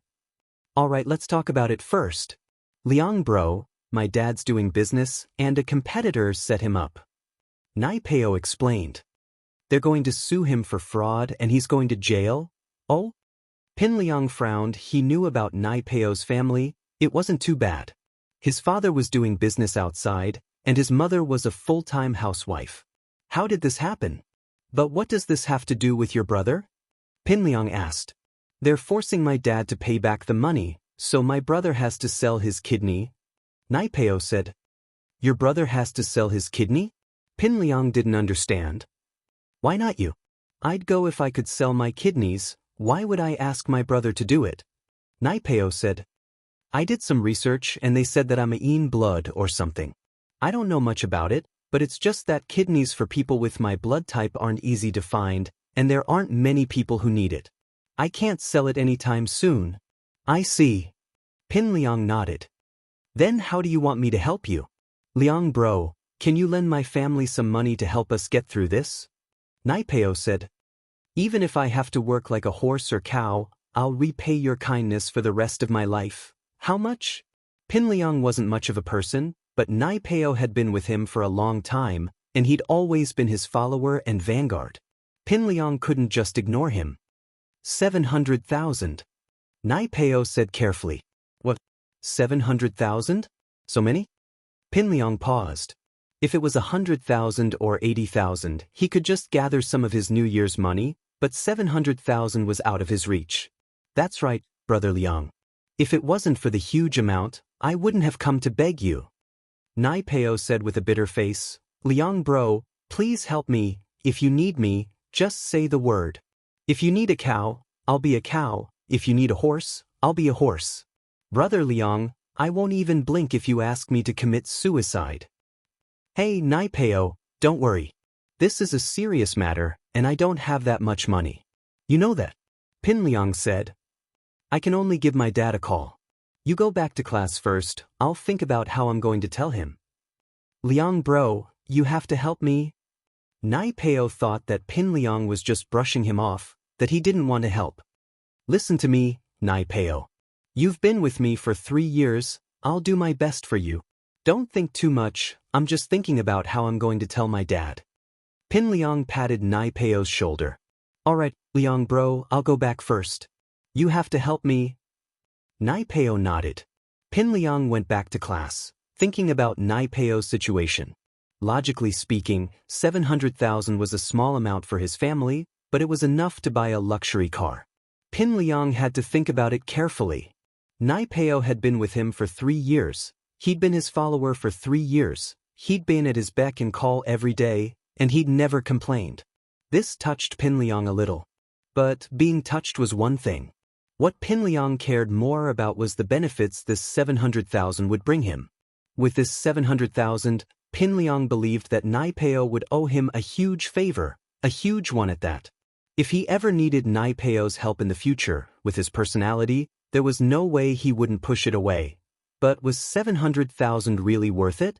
Pinliang weighed the pros and cons in his mind. Judging from Naipeo's actions of sacrificing himself to save his brother, the kid had some sense of loyalty. But loyalty? Did he really need it from Naipeo? Pinliang decided that he'd call his father and ask for his opinion. With that in mind, Naipeo left the classroom and went to the washroom. Seeing that there was no one there, he took out his phone and called his father, Zhong Fabai. Pinliang? Fabai's heart sank when he got his son's call. It had been a very eventful time. He'd just taken care of Heibao's business, and he couldn't let anything go wrong. Under normal circumstances, Pinliang wouldn't call him on his own. If he did, then something big must have happened. Lin quickly asked, What happened? Dad, I have something to discuss with you. Pinliang said. Oh, what is it? Fabai let out a breath of relief when he heard that Pinliang was just looking for him. As long as it wasn't a big problem. It's like this Zhang Naipeo from our class. You remember him, right? Pinliang asked. Zhang Naipeo? Oh, I know, your follower. What happened to him? Fabai knew of Naipeo. The kid often came to play with someone called Gao Xiaofu. It's like this, Zhang Naipeo's family is in some trouble. His father got screwed over in a business deal, and now he's in a huge debt. The other party wants him to pay up, and if he doesn't, they'll sue him. Pinliang kept the story short. Zhang Naipeo's begging me now, he wants me to lend him some money. Oh, that's what happened. Fabai got the gist of it. It was actually very simple. His son's classmate's family was in trouble, and he wanted to borrow money from his son. Son, what do you think? Dad? Zhang Naipeo's my buddy. He's been with me for so long, always at my beck and call. It's only right that I lend him money when he's in trouble. Pinliang said. But the amount he's asking for is a little too big. How much? Fabai asked. Chapter 185. Chapter 185, Buying People's Hearts, 700,000. For an ordinary family, this is a huge sum of money. Fabai nodded, but it wasn't much to him. Then what do you think? I'm thinking, is it worth it to give this money away? Pinliang said. Son, it's important to be loyal when you're in society. Fabai said with a smile. Just like this Zhang Naipeo, he's your underling and you're his boss. You can't just leave him be if something happens to him. But the thing is, how's this underling's character? Would he go through fire and water for you? If you ever need his help in the future, would he step up? Dad, I can promise that. Zhang Naipeo may be a bit of an idiot, but he's definitely a loyal man. I'll help him out this time, and if I ever need his help in the future, I'll let him die for me. Pinliang said. Ha, isn't that it? Fabai smiled. When I was young, I helped an underling as well. I didn't have much use for him back then, but many years later, when my shoddy construction got into trouble, this underling stood up and took the blame for me. So, Pinliang, you need to be accurate in your judgment of people. If this Zhang Naipeo is really useful, then I'll give him this money. Fabai smiled. That's why, Pinliang, you need to be accurate in choosing people. If this Zhang Naipeo is really useful, then I'll give him this money. Dad, I'm not involved in any projects. I don't need someone to take the blame for me. Pinliang still didn't want it. It was 700,000. Why don't you have it? I've taken care of Heibao for you, but if he bites you out, you'll be in jail too. With this Zhang Naipeo, you can just push the blame onto him, say that he's the mastermind, and that you were just tricked into participating. That'll be fine, right? Fabai said. Of course, taking the blame is just one fact. There are some dangerous things, like killing someone you can't do it yourself. So, if there's nothing wrong with this guy, 700,000 is worth it. I understand, Dad. I'll talk to him later. Pinliang agreed with his father's words. If he were to get into trouble in the future, or if there was something he couldn't handle himself, he could always ask Naipeo to do it for him. It'd be like leaving something up his sleeve. Go, Pinliang, you've grown up. You need to train your own men and confidants.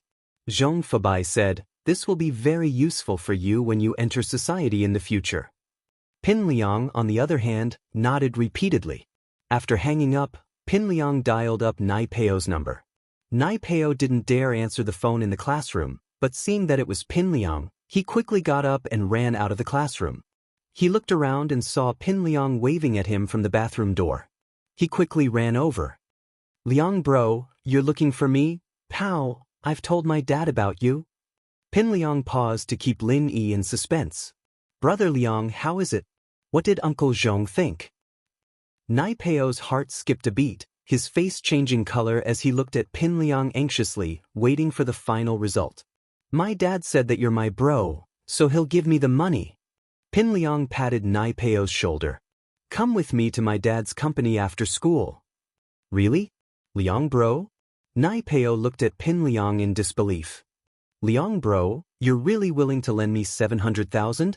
I'm not lending it to you, I'm giving it to you. Pinliang knew that Naipeo wouldn't be able to pay it back, and it wasn't like his family was lacking that much anymore. He might as well use the money to buy Naipeo's heart. You're my follower, how can I not help you when you're in trouble? Liang bro, you're really my boss. Naipeo couldn't be any more emotional after hearing Pinliang's words. He knelt on the ground with a thud. Liang bro, I, Zhang Naipeo, am not someone who doesn't know how to repay favors. Don't worry, if your Liang bro tells me to hang myself, I won't jump into the water. If you tell me to go east, I'll cut my head off and throw it east. I'll never go west. Ha! Pinliang smiled as he helped Naipeo up. It's still too early to talk about that. I know what kind of person you are, Zhang Naipeo, but we'll talk about this later. Liang bro, I swear, if you don't believe me, I'll kill myself right now. Naipeo was starting to panic. That's not what I meant. Alright, Naipeo, I know what you're thinking, alright? Let's go back to the classroom. If I need your help in the future, just don't reject me. Pinliang nodded satisfied. It seemed like Naipeo had bought him over, and now he had a backup plan. Kong Xiaobo hadn't slept at all last night, thinking about going to Tang Yin's house for barbecue. As the saying went, which girl didn't want to fall in love? Which boy didn't want to? This was an era full of sunshine, youthfulness, and hope for the future. Kong Xiaobo hoped that he could meet a beautiful girl and start a beautiful relationship with her. He knew that Tang Yin wouldn't like him, but Kong Xiaobo was still very excited. Going to the school beauty's house for a meal. Even if nothing happened, it was still something to be proud of. Boss, are we going on Saturday or Sunday? Kang Xiaobo couldn't wait. I don't know. Lin Yi shrugged. Why are you so excited? The school beauty's treating us, you're the only one who doesn't care. Kang Xiaobo said. So many boys want to get close to the school beauty, but they can't. Aren't you excited to have a chance to be alone with the school beauty? Lin Yi was speechless. Excited my ass, there were 2 school beauties at home. But he couldn't say that to Kang Xiaobo. I'm just a little excited, but she seems to hate me. Boss, you should be content. If it was someone else, they wouldn't be able to hate her even if they wanted to. She doesn't talk much with people. But I'll go ask her during lunch break then. Lin Yi was thinking about buying the concert disc for Mengyao and Yushu. He was worried that no one would accompany him, so he dragged Kang Xiaobo along. Okay. Kang Xiaobo nodded. Let's go together and get some barbecue on the way. Forget about barbecue, Tang Yin's mom won't charge us if we go now. Lin Yi said. You can't let her spend money twice, can you? Chapter 186. The stand sold out, so are you eating at Tang Yin's house this weekend or at noon? One of the two? Lin Yi asked. Let's go this weekend then. Kang Xiaobo evidently didn't want to miss out on a good opportunity like this. There were exams almost every day in the 12th years. Half of the morning class was spent on exams.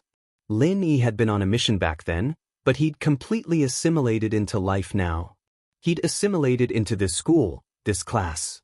Most importantly, his age. Lin Yi felt like he'd gotten a lot younger in this time. He was starting to see things from the perspective of a person his age should be. He'd started to like chatting with his new friends, joking around with pretty girls. He'd fallen in love with this school, this class. He'd fallen in love with Tang Yin, this arrogant yet cute girl. How long would this last? Perhaps a few days, perhaps a few months. He'd go back to his old life, and all of this would no longer belong to him. He'd truly enjoyed the beauty of life, and Lin Yi was tired of his old life. There was no excitement to speak of other than the thrill of killing, and Lin Yi was numb to his enemies. It was time to talk to his old man. Perhaps this was the life he'd been looking forward to? Lin Yi and Kang Xiaobo left class at noon. There was a test in the last class, and the class ended a little later than the other classes. Most of the students had already left the school building. Mengyao and Yushu went to the cafeteria as usual, eating at the small restaurant on the 2nd floor. They didn't care how many people there were on the 1st floor. They didn't need to wait in line to order. Food Street was always bustling at noon. The 12th graders, on the other hand, didn't come here often due to their tight schedule. The 1st and 2nd graders, however, had already crowded the place. The food here wasn't exactly clean, nor was it particularly delicious, but it was much better and cheaper than the food in the cafeteria. Mrs. Tang's barbecue stand was unusually popular today, and there were many students crowding around it. That was how news in school spread like wild, good or bad. For example, Lin Yi's love letter to Tang Yin had spread like wildfire in the 12th grade before class even started. Mrs. Tang's barbecue stall was the same as well. The enticing aroma, coupled with the endless praises from the students who'd tasted it, had the entire crowd surrounding the stall. That was how things were in a lot of situations. The more people there were, the more they wanted to join the crowd. Mrs. Tang was excited, but at the same time, she was overwhelmed with work. It looked like the ingredients she had prepared today wouldn't even be enough for lunch. It looked like she had to make a trip home in the afternoon to prepare more. Still going? Lin Yi smiled bitterly as he looked at Xiaobo.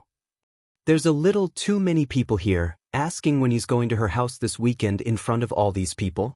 Isn't that just asking for trouble? Do you think Tang Yin can answer? Kang Xiaobo thought about it and agreed. Tang Yin was afraid of people saying that she had a relationship with Lin Yi. How could Tang Yin answer if he asked her when he was going to her Tang's Tang family dinner? If things got out of hand, the treat for the weekend might be cancelled. Should we wait? Kang Xiaobo asked hesitantly. Come with me to the bookstore and buy some stuff, Lin Yi nodded. We'll come back in a bit. Kang Xiaobo didn't know what Lin Yi wanted to buy, but he admired Lin Yi from the bottom of his heart. Whatever Lin Yi said, he agreed without hesitation. In the bookstore, Lin Yi bought a CD of Su Shihan's concert. Kang Xiaobo was surprised. Boss, you like Su Shihan too? Ta. Lin Yi didn't know how to answer the question. A little. Kang Xiaobo paused. A little? Why did he come all the way here to buy the original? I bought it for a friend. That was the only explanation he could come up with. Luckily, Kang Xiaobo didn't ask more and changed the topic to Su Shihan. Boss, I like Su Shihan too. I heard that she's a rare pure girl in the entertainment industry. Pure girl? Lin Yi curled his lips. How many pure girls were proven to be lustful? Superficial things like that couldn't be trusted. The two of them ate beef noodles downstairs in the bookstore before returning to school. When they arrived at the food street, they found out that Mrs. Tang's stall was gone. But the other stalls were still there. It didn't seem like the law enforcement came to chase them away. Plus, this food street was approved by the street administration. Under normal circumstances, no one would come and chase them away. Lin Yi was puzzled. Xiaobo, was it that place? Lin Yi pointed at the place where Mrs. Tang's stall was. Yeah, but where did it go? Boss, wait, I'll ask someone. Kang Xiaobo said and ran to a barbecue stall at the front of the food street. Uncle, can I ask, where did the Tang barbecue stall go? Wasn't it there just now? The owner of the barbecue stall had a look of hatred on his face. It sold out. I'm closing. You can buy it from me. Then forget it. Your place doesn't taste good. Kang Xiaobo said and left. Fuck. The barbecue stall owner cursed. He was about to explode in anger. Today, almost all of the customers had been snatched away by Tang Ji Barbecue. His first barbecue stall on the food street had actually sold less than 2/3 of the usual. This made him very angry. He didn't care when Tang Barbecue wasn't that popular. But now he was jealous. He had been selling barbecue on the food street for years. He was one of the veterans here. Otherwise, he wouldn't have been able to get the front seat. Yet, he was beaten by a newcomer like Mrs. Tang. This made Zhang Biaoqiao furious. Seeing another student come to Tang Barbecue and say that his barbecue wasn't good, Zhang Biaoqiao's face darkened. It was only the first day. There were still many students who didn't know about it. How would he have any business in a few days? Zhang Biaoqiao felt that he had to do something. Before today, their barbecue was still the best seller on this street. But today, Mrs. Tang had gotten her hands on a new recipe that changed the situation in an instant. Chapter 187. Chapter 187, Tang Yun's best friend and he wasn't in a rush to give the concert disc to Meng Yao when he got back to the classroom. They couldn't watch it now anyway, so he decided to wait until he got home. Yu Shu, however, sent him a text asking if he bought the disc. Lin Yi replied that he did. Yu Shu turned around and winked at him. Tang Yun and Lu Xinwen accompanied Mrs. Tang as they moved the stall to a warehouse nearby. Most of the vendors on the street stored their stalls in this warehouse every day, paying 300 kuai a month for storage. Although it wasn't cheap, it was much less troublesome than pushing things around every day. Tang Yun was happy to see the excitement on her mother's face, but at the same time, she couldn't help but worry. He didn't expect that just changing a formula would be so popular. Originally, the ingredients that he had prepared were not likely to be sold out even at night. But today, before noon, they were all sold out, and there were still people coming to him. This was only the first day. This recipe wasn't much to Lin Yi, but her family still owed him a favor. Tang Yun couldn't deny that. Hey Yun, I didn't think that your Lin Yi would have some skills. This recipe is selling like hotcakes. Lu Xinwen said jokingly after sending Mrs. Tang off on the bus with Tang Yun. She wanted to test Tang Yun on purpose. She hadn't had the chance to ask Tang Yun about what she saw yesterday morning. She and Tang Yun were best friends, but it was normal for them to not see each other for a day. Mrs. Tang and Tang Yun were too busy today, so Tang Yun called Xinwen over to help. Tang Yun blushed at Xinwen's words. What do you mean my Lin Yi? I have nothing to do with him, when, don't say things like that. Is that so? Lu Xinwen looked at Tang Yun meaningfully. Yun, are we best friends or not?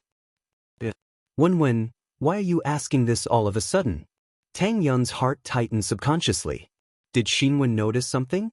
However, there shouldn't be anything between him and Lin Yi, right? Since we're best friends, why are you still hiding it from me? Xinwen poked Tang Yun's forehead. Yun Yun, have you fallen? Will you tell me the truth? Wen, what do you mean? Tang Yun was getting more and more nervous. What are you talking about? Why don't I understand? Pretend? Keep pretending? Xinwen looked at Tang Yun disappointedly. Yun, I always thought that you and I could talk about anything. I'm so disappointed. Wen, what are you talking about? I really don't know what's going on. Tang Yun was also anxious. If you have something to say, just say it. Yun, why did you come to school yesterday morning? Xinwen sighed as she stared into Tang Yun's eyes. Tang Yin lowered her head guiltily, not daring to look at Xinwen. Xinwen knew that she'd taken Lin Yi's car yesterday? But how did she know? She'd looked around when she got out of the car to make sure that there was no one around before running away. Yun, why aren't you talking? Xinwen asked aggressively. I took Lin Yi's car. Tang Yin said, but when listen to me. It's not what you think. Oh? Then tell me what's going on. Xinwen let out a breath of relief when Tang Yun admitted it. Tang Yun didn't hide it from her after all. Yesterday, Li Erlin was bothering me at the bus stop. Lin Yi happened to pass by here, so he got out of his car and chased Li Erlin away. Then I took his car to school. Tang Yun explained carefully. When it's actually that simple, there's nothing going on between us. Xinwen also bumped into Li Erlin yesterday, so she started to believe Tang Yun's words. Then why did you take his car? I was panicking and didn't know what to do, so Lin Yi pushed me into his car? Tang Yin explained, feeling wronged. I only realized that it was too late when he started driving. Is that so? You really didn't fall for him? Xinwen let out a breath of relief. I didn't. Tang Yin shook her head after some hesitation. Why would she fall for Lin? That was impossible. That's good. Xinwen nodded. Right, I went to Xiaofen's house yesterday, and her emotions weren't stable. Her mom said that she kept calling out that person's name these past 2 days, and that she was even hallucinating. Oh? Tang Yin sighed after hearing Xinwen's words. She had been helping her mom with the barbecue stall every day, so she didn't have time to visit Xiaofen at night. She could only ask Xinwen to go over, but it seemed like something serious had happened to Xiaofen. Tang Yin was worried, but there was nothing she could do. I'll go over tonight. I suggest that Aunt Cui take Xiaofen to the psychiatry department at the hospital. Xinwen said. But Aunt Cui's family situation is pretty much the same as ours, and she spent quite a lot of money on Xiaofen's medical bills. Where would she find the money to go to the psychiatry department? That person didn't come back to visit Xiaofen? Tang Yin was a little indignant. Xiaofen wouldn't have ended up like this if it wasn't for that person. Even if Xiaofen wasn't a virgin anymore, with her looks, it wouldn't be hard for her to find a better boyfriend. No, hoping that bastard Kong Ming would come back to visit Xiaofen? Unless the sun rises from the west. Lu Xinwen sneered, if it wasn't for Xiaofen stopping me, I would have castrated that bastard Kong Xiaoming. Tang Yin blushed.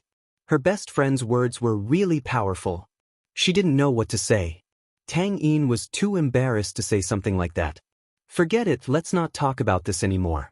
Let's go back and study.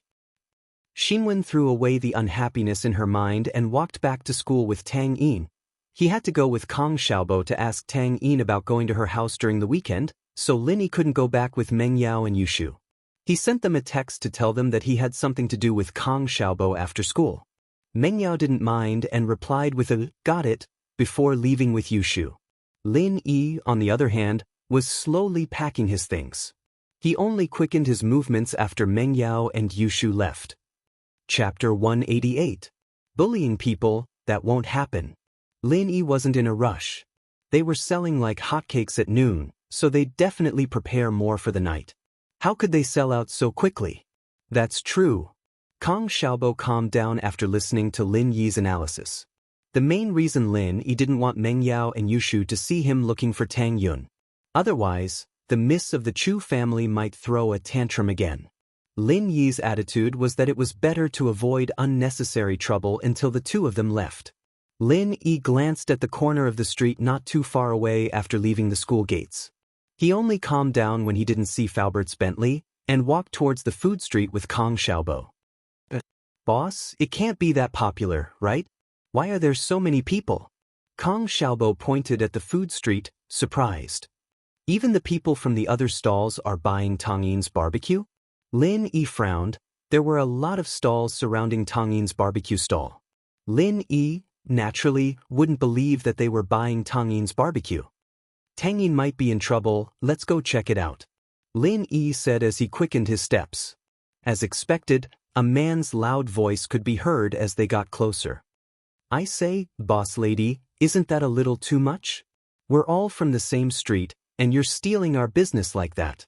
The speaker was naturally Zhang Biaojin. He'd been pissed off that Tang Yin's barbecue was more popular than his own, and he wasn't willing to lose his business just like that. He'd contacted a couple of other barbecue vendors, planning to give Mrs. Tang a hard time at night. As far as Zhang Biaojin, Mrs. Tang was no different from a widowed mother. A bedridden man was no different from a cripple. Her family was easy to bully. If he threatened her, she would definitely give in. Big bro, let's talk this out. It's not like we're trying to steal your business. Mrs. Tang was a little scared when she saw so many people helping Zhang Biaoqiao. None of the onlooking vendors said they were supporting Zhang Biaoqiao, but none of them spoke up for her either. You didn't steal my business? If you set up a stall here at noon, all the students will go to your stall to buy things. Who are we going to sell to? Another old woman from the barbecue stall spoke up. You call this not stealing business? Are you waiting for us to starve to death before you consider that you didn't steal our business? That's right. You sold more than all of us combined. Are you going to let us live? Another thin and tall man also began to speak. Mrs. Tang didn't expect that she would offend so many people while her business was doing well. She didn't know what to do. My mother is doing business properly. How is this stealing your business? Tang Yin was a little pissed off as she stood up for her mother. Our food tastes good, and the customers are willing to buy from us. How is that our fault? If you want your business to be good, then you can improve the recipe. Well said, little girl. Zhang Biaoqiao laughed. We want to improve the recipe as well. Since you've said it, then I won't hold back. Hand over the recipe, and we'll all learn from it. Then we'll call it even. The recipe belongs to us. Why should we give it to you? Tang Yin wasn't expecting Zhang Biaoqiao to be this unreasonable. What advantage would they have if they gave him the recipe? Why should we? Because you stole our business. We want the recipe, and that's what the people want. Isn't that right, brothers and sisters? Zhang Biaoqiao said to the people beside him. Why don't you give us the recipe? We can all earn money together. It's not good to keep everything to yourself. The old barbecue woman agreed. It's fine if you don't give us the recipe. You can change it back tomorrow, and we'll be the same. The tall and skinny man said darkly. What if we don't give you the recipe and we don't change it? Tang Yin was on the verge of crying. What kind of bully was this? A bunch of people bullying her and her mother? Was there no law? Don't give it? You won't change it? Zhang Biaoqiao laughed coldly. That's not up to you. I don't think you can come to this food street tomorrow. Tang Yin's eyes were red. She was on the verge of tearing up. How could they bully her like that? Business was good, so they couldn't come here? Mrs. Tang was afraid that Tang Yin would do something irrational. She hugged Tang Yin and pointed at Zhang Biaoqiao with a trembling finger. Are you bullying us because we don't have a man? What's so great about bullying us? They wouldn't be this arrogant if their lover wasn't bedridden, right? Don't say it like that. This is what the people want, Zhang Biaoqiao said. He was bullying Tang Yin because she didn't have a man in her family. He knew about Tang Yin's family a long time ago. Otherwise, he wouldn't be so arrogant today. Mrs. Tang hugged Tang Yin, shaking with anger. Why was it so hard to do business? Bullying them because they saw that their family was making money? Wasn't this too much? Tang Yin was annoyed that she wasn't a boy. Even if she was, they wouldn't be so reckless, would they? Tang Yin looked at the crowd of people standing around, not bothering to meddle in their business. Tang Yin felt despair. Her family had just gotten better, and they had new hope. Was it going back to how it used to be? Xiang my ass. Lin Yi pushed through the crowd and rushed in. Wasn't this Zhang Biaoqiao a bit too much? Bullying Tang Yin and her mother? What was he thinking? Didn't he know that he was protecting the mother and daughter? The peddler that Lin Yi pushed away was about to yell at him, but quickly shut his mouth when he saw Lin Yi's face. This was the new young thug from First Middle. Even someone as powerful as Ruoming couldn't make a sound after getting slapped in the face by him. Who would want to mess with him? Lin Yi grabbed Zhang Biaoqiao by the collar and lifted him up. You're the leader, aren't you? Who the fuck? Zhang Biaoqiao wanted to yell at the person who grabbed his clothes, but shivered when he saw Lin Yi's face. He had quite an impression of Lin. He'd slapped Zhou Ruoming until he didn't even dare let out a fart. Someone like that was truly ruthless. Zhang Biaoqiao used to sell seafood, but Zhou Ruoming got a stomachache and came to smash his stall the next day, beating him up so badly that he couldn't get out of bed for a couple of days. He didn't dare sell seafood anymore after he recovered, switching to selling barbecue. But he was still very afraid of Zhou Ruoming. It wasn't a secret that Zhou Ruoming had a big brother who was the head of the gangsters in the north of the city. Zhang Biaoqiao didn't dare do anything after finding out. It was just a game for him to beat him up. Chapter 189. Smashing them, little brother. What's the matter? Zhang Biaoqiao stuttered. He was no longer as domineering as before, and his expression was a little ugly. The barbecue woman and the tall skinny man obviously knew who Lin Yi was, the one who'd slapped Zhou Ruoming in the face last week at the food street. Who didn't know him? Who didn't know of such an all-powerful character? And that follower of his? Biaoqiao's eyes narrowed as he looked at Kong Xiaobo, remembering the student he'd talked to at lunch. Wasn't that Kong Xiaobo? He was Lin Yi's follower? Then they and Tang barbecue. Biaoqiao suddenly remembered a tragic reality. The reason why Lin Yi had slapped Zhou Ruoming last time was all because of Tang Yin. And who was Tang Yin? She was the daughter of the owner of Tang barbecue. Was Lin Yi here to stand up for them this time? Biaoqiao froze at the thought of that possibility, his face draining of blood. How could he have overlooked something so important? He'd thought that Tang barbecue didn't have a man anymore, and that he could bully them all he wanted, but the man from their house was a fierce one. You want the recipe, right? Lin Yi felt pity for these small merchants who worked so hard to earn money every day, but that wasn't a reason for them to bully people. Tang Yin's mother earned her money with her own hands, without stealing or robbing. These people, on the other hand, were making trouble for Mrs. Tang when they saw her making money, demanding the recipe from her. It was a behavior that infuriated Lin Yi. But, I don't want it. I'm just joking. Biaoqiao didn't dare ask for it anymore. As far as he was concerned, rich young masters like these would be beating him up for nothing, let alone Zhou Ruoming, who had a gangster brother. How could he be more powerful than Zhou Ruoming? I gave you the recipe. If you want it, I can give you one. Lin Yi let go of Zhang Biaoqiao. Zhang Biaoqiao lost his balance and fell to the ground. No, I really don't want to. If Zhang Biaoqiao was still thinking about the formula, his brain would be punctured. No, what are you doing? Are you guys just watching the show? Lin Yi smiled coldly as he glanced at the vendors who had been watching the show. Towards these people, Lin Yi didn't have too much resentment. Zhang Biaoqiang was the old man here, and they couldn't possibly not support Zhang Biaoqiang and speak up for Tang Yun's family. So Lin Yi didn't think about looking for trouble with them, but today was enough to scare them. Otherwise, they would think that Tang Yun's family had no one and could bully them as they pleased. These peddlers were frightened by Lin Yi's gaze. They quickly dispersed and went about their own business. This was not a good show. If they didn't handle it well, they would invite trouble for themselves. You two don't leave. Lin Yi pointed at the old barbecue woman and the skinny man who were about to leave with the crowd. No, it's not our fault, it's Zhang Biaoqiao's idea. The old barbecue woman had already extinguished her anger. She was obviously someone who bullied the weak and feared the strong. Seeing that Lin Yi was ruthless, she immediately became careful. Yes, it's Zhang Biaoqiao's idea. We were just called here by him. The skinny man said, Do what he tells you to do. So you'll do whatever I tell you to do? Lin asked back. The old barbecue woman didn't know what Lin Yi meant, but she still followed along. Bro, what do you want us to do? You two don't sell barbecue tomorrow. Change your job. No problem, right? Lin rolled his eyes and changed their job. But the old barbecue woman and the skinny man looked at each other. They wanted to object, but they didn't dare to. Who knew if Lin would suddenly turn against them? Xiaobo. After Lin said that, he ignored the two accomplices and called out to Kong Xiaobo. Boss, I'm here. You called me? Kong Xiaobo ran over excitedly. Awesome, it's really awesome. Although Kong Xiaobo was just a follower, he followed behind Lin and watched the whole process. It made his blood boil. You go and smash his stall.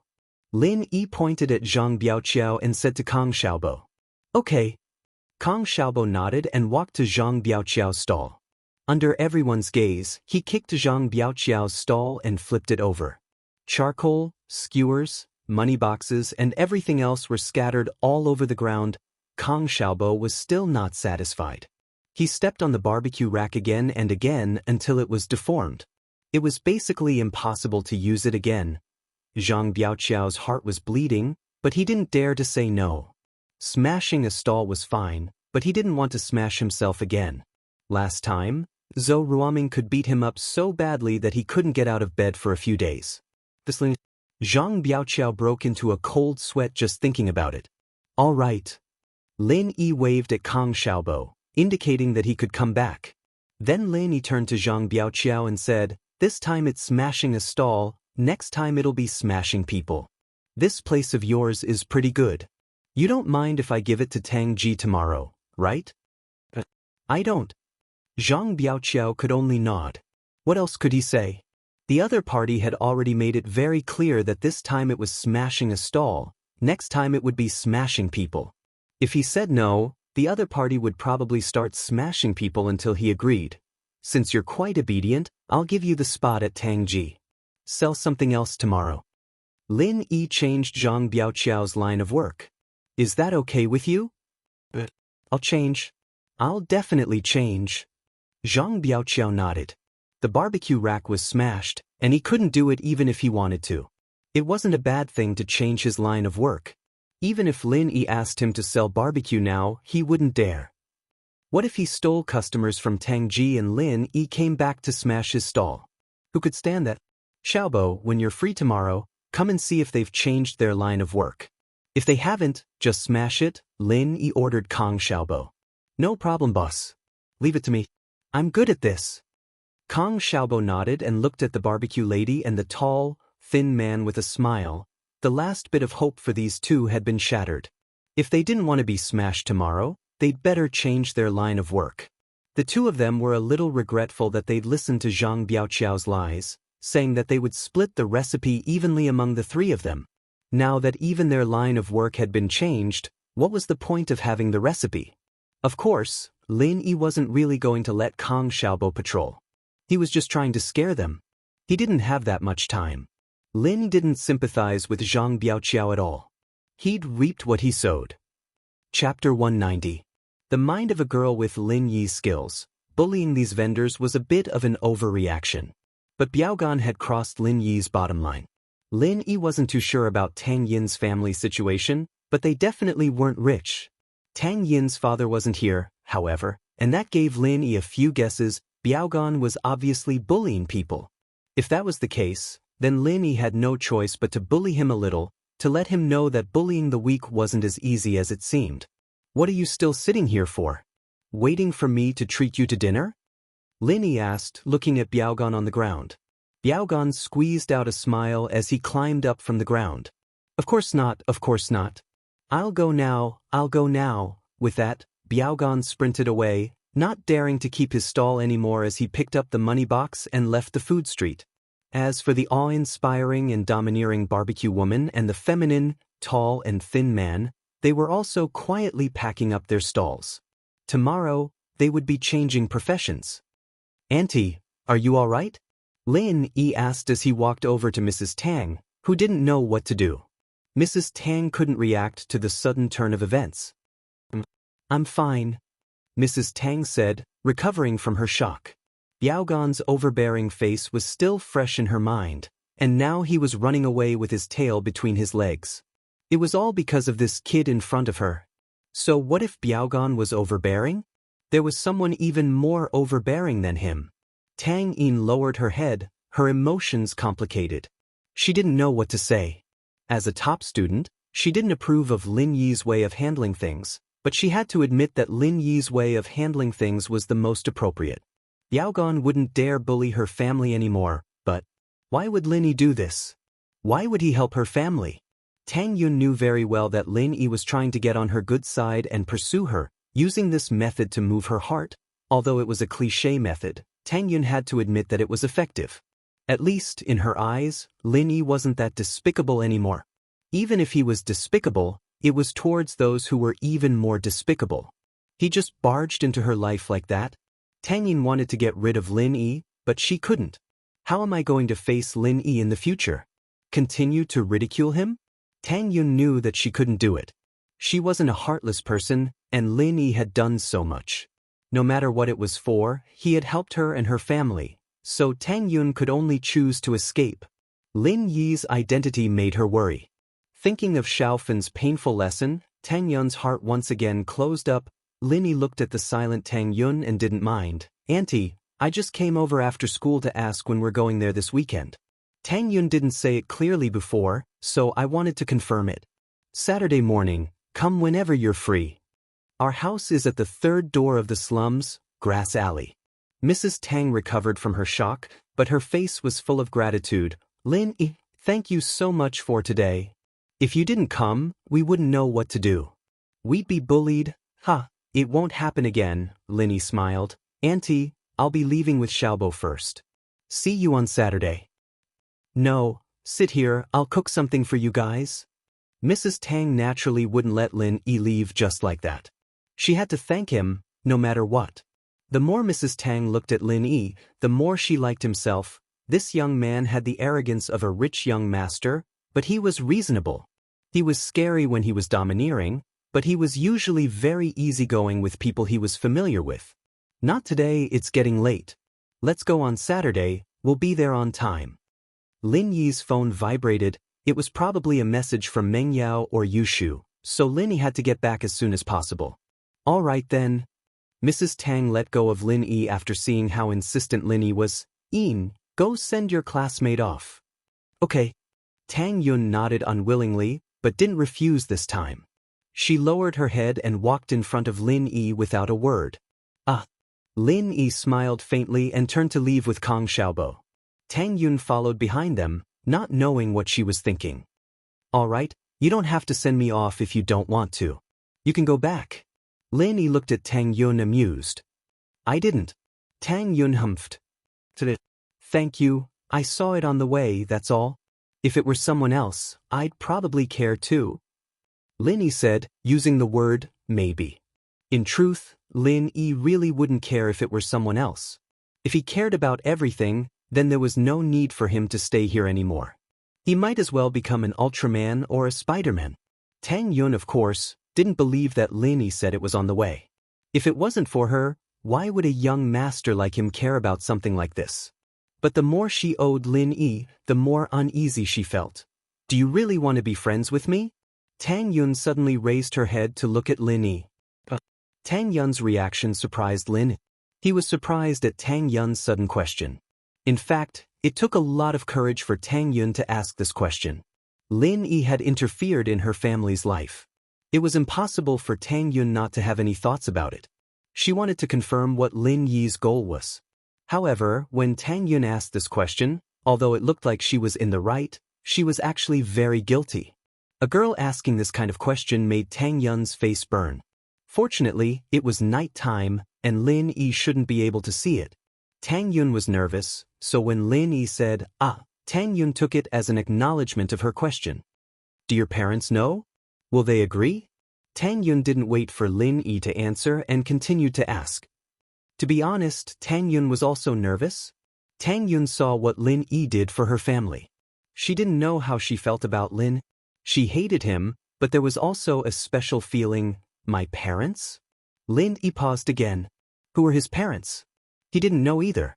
Old Lin said he was an orphan. Tang Yun took Lin Yi's days as hesitation. Tang Yun's fragile heart tightened, and the budding feelings disappeared in an instant. Chapter 191.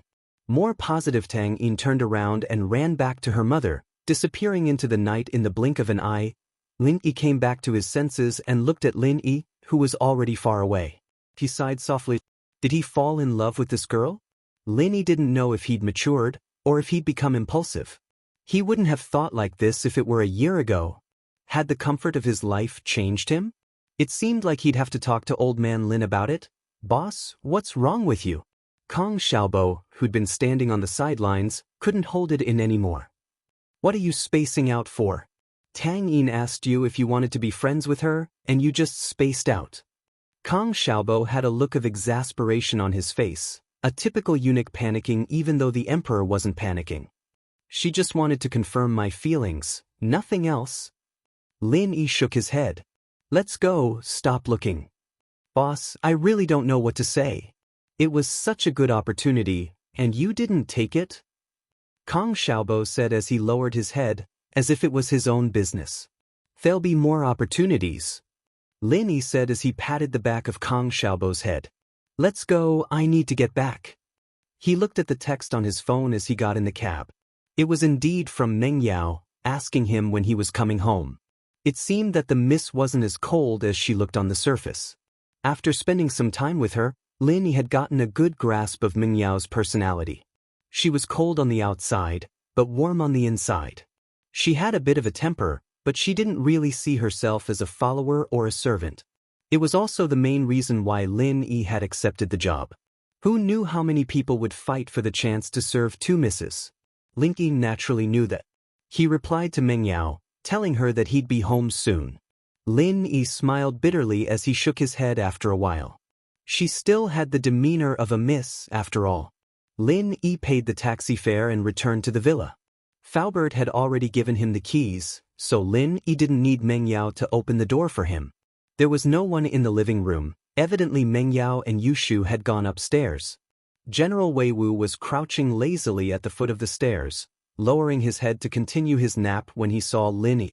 Lin Yi put his bag down and walked to the dining room. Li Fu was already there with food, evidently indicating that Yushu and Meng Yao had already eaten. Lin Yi couldn't help but chuckle as he looked at the dishes on the table. The two misses had taken out some of the dishes today, and even then, they didn't finish the food since they weren't big eaters. The food in the sealed box, on the other hand, hadn't been touched at all. It was probably for Lin. He didn't know which miss it was, but his treatment had improved. Yushu. He wasn't too bad with her, but this girl. Lin Yi shook his head. It was already good enough that she didn't put the food that Meng Yao had eaten back into the box, pretending that it hadn't been touched at all. It had to be Meng Yao. The miss wasn't too bad to him, after all.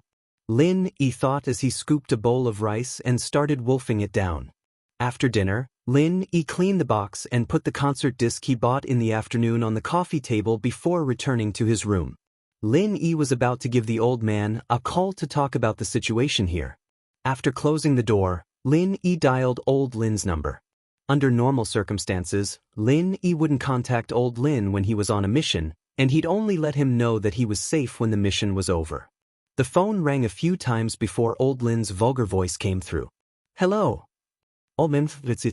Lin Yi said after a moment of silence. It's it? How's the mission going? Old Lin was evidently drinking, and Lin Yi could even hear the sound of him eating peanuts. Lin Yi didn't know what to say at the mention of the mission. I say, old man, what kind of mission did you give me? I'm just following the miss around like a follower every day. Are you trying to make me a high-class servant? You'll know what the mission is after some time. Old Lin said, evidently not wanting to waste his breath on this topic. After some time? How long? That was Lin Yi's main concern, and it was also a prelude to what he was going to say next. As long as you want. There's no time limit. It all depends on how fast you finish it. Old Lin said nonchalantly. As long as I want? Really? Lin Yi hesitated for a moment before speaking his mind. Old man, I kind of want to stay here. Oh, you want to stay there already? That's great.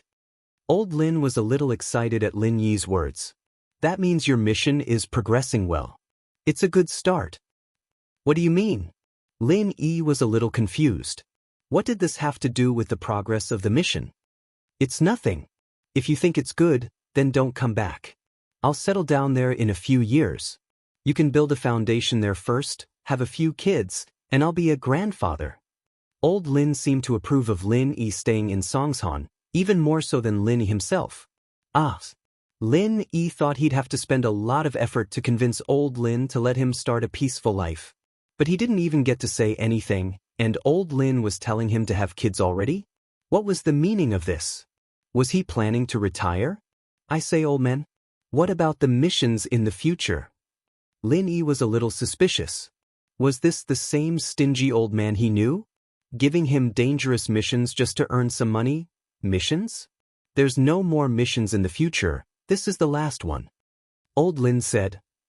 Of course, if you want to exercise your muscles, you can take on a few missions, that's? Lin Yi wondered if old Lin had drunk too much. At first, Lin Yi was very hesitant on how to tell the old man about it. After all, he didn't belong to this kind of life before, but the old man was already telling him to have kids before he even said anything. Lin Yi was a little sweaty, but one of his worries had been resolved just like that. He'd go hit on Tang Yun tomorrow. He didn't have to worry about anything anymore. If it weren't for the fact that he couldn't touch the two misses of his family, Lin Yi wouldn't have gone so far. Is there anything else? Widow Wang from the village entrance is here, and I want to catch up with her. If there's nothing else, I'm hanging up. Bye. Old Lin didn't wait for Lin Yi to say anything before hanging up. Chapter 192. Chapter 192. Dilapidated slums. Lin Yi drove Yushu's yellow beetle to Kong Xiaobo after making sure that Meng Yao and Yushu weren't going out. Faubert had already gotten the driver's license, and he'd given it to Lin Yi the day before. Lin Yi wasn't afraid of getting mugged by the police now. The two misses were watching the Blu-ray of Su Shihan's concert, the one Lin Yi had bought from the bookstore. They wouldn't be going out for a walk. Lin Yi gave Kong Xiaobo a call before leaving the house. The cheapest knockoff phone these days was only 100 or 200 kuai, and it was normal for high schoolers to have their own phones.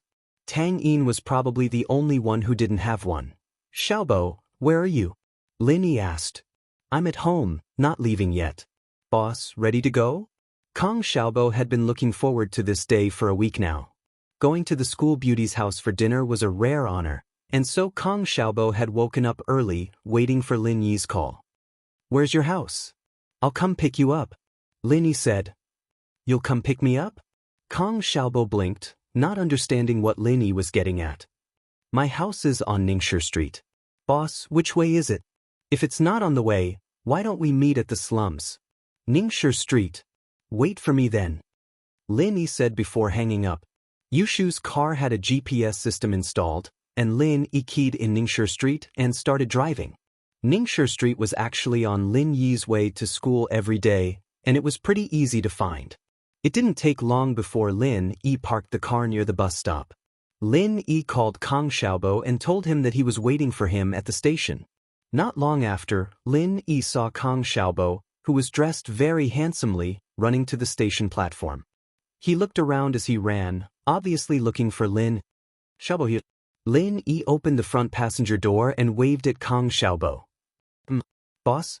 Kong Xiaobo looked at Lin Yi and his car in surprise. He quickly ran over and asked, Is this your car? Hee. Lin Yi laughed. He didn't confirm or deny it. For this kind of thing, it would be difficult to explain too much. It was better not to explain at all. Sure enough, Kong Xiaobo thought that Lin Yi had acquiesced. He got in the car and said, Boss, I didn't expect your family to be so well off. I thought you came from a poor village. It's not too bad. Lin Yi told the truth. If the missions were as his old man said, only a few hundred or a few thousand, then his family would only be okay at best. If it were the market price, then his family would be a millionaire a long time ago, or even a billionaire. Of course, Lin Yi didn't want to be too calculative with his old man. If the old man was a miser, then so be it. He didn't lack food or drinks, and he'd just treat it as earning some money for his old man's retirement. But boss, why'd you buy a car like this? It looks like a girl's car. Look at the cushions, the interior, Kong Xiaobo said as he looked at the interior of the car. Lin Yi smiled. This car was Yushu's, of course it was feminine. All of a sudden, Xiaobo's eyes stopped on an ornament on the rearview mirror. Yushu? Boss, no way? You have a crush on her? Kong Xiaobo's eyes went wide as he stared at the decoration in disbelief. It was a small photo frame, and it was Yushu in it. Lin Yi didn't notice it before, but now that Kong Xiaobo mentioned it, he looked at the decoration. He was speechless. This decoration? It's the owner's? Boss, I know.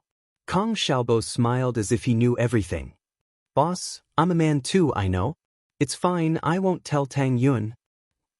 Lin Yi took it off and tossed it into the drawer on the passenger seat. Yeah, hurry up and hide it. It'll be bad if Tang Yun sees it.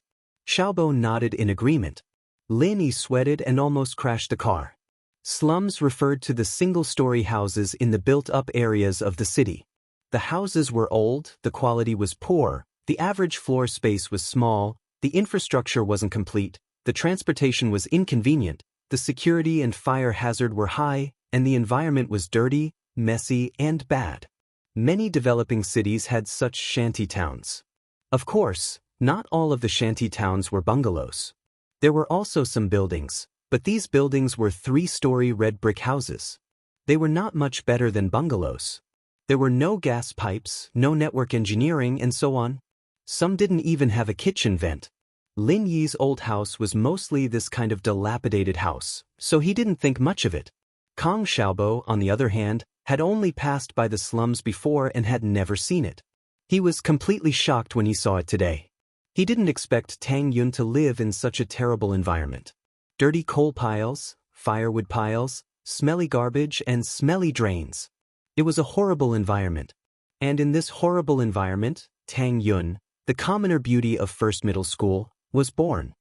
Boss, this environment. Kong Xiaobo couldn't help but close the window. He couldn't stand the smell. The place I used to live was pretty much like this. Lin Yi said with a smile, not thinking much of it at all. There was one more thing he didn't say. It was the battlefield, much worse than this. He could hide in the gutters and swamps for days. Lin Yi found grass alley and turned the car in.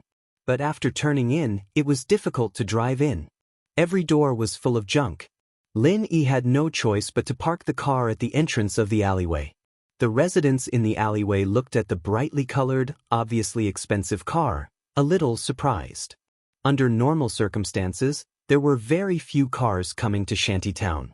In addition to taxis, there were almost no residents here who could afford a car. Since they could afford a car, they did not live here. They had already bought a house in a better place. Lin Yi and Kong Xiaobo got out of the car, locked the car, and followed the number on the door to Tang Yun's house. The third door should be here. Lin Yi looked at the dilapidated door and sighed slightly. He guessed that Tang Yun's family's condition was poor, but in this slums, Tang Yun's family's condition should be below average. Tang Yun's yard was obviously a lot more dilapidated than the others, and it probably hadn't been repaired in a long time. He didn't know if it was because of the lack of time, or because of the lack of money, but Lin Yi felt a little sad looking at it.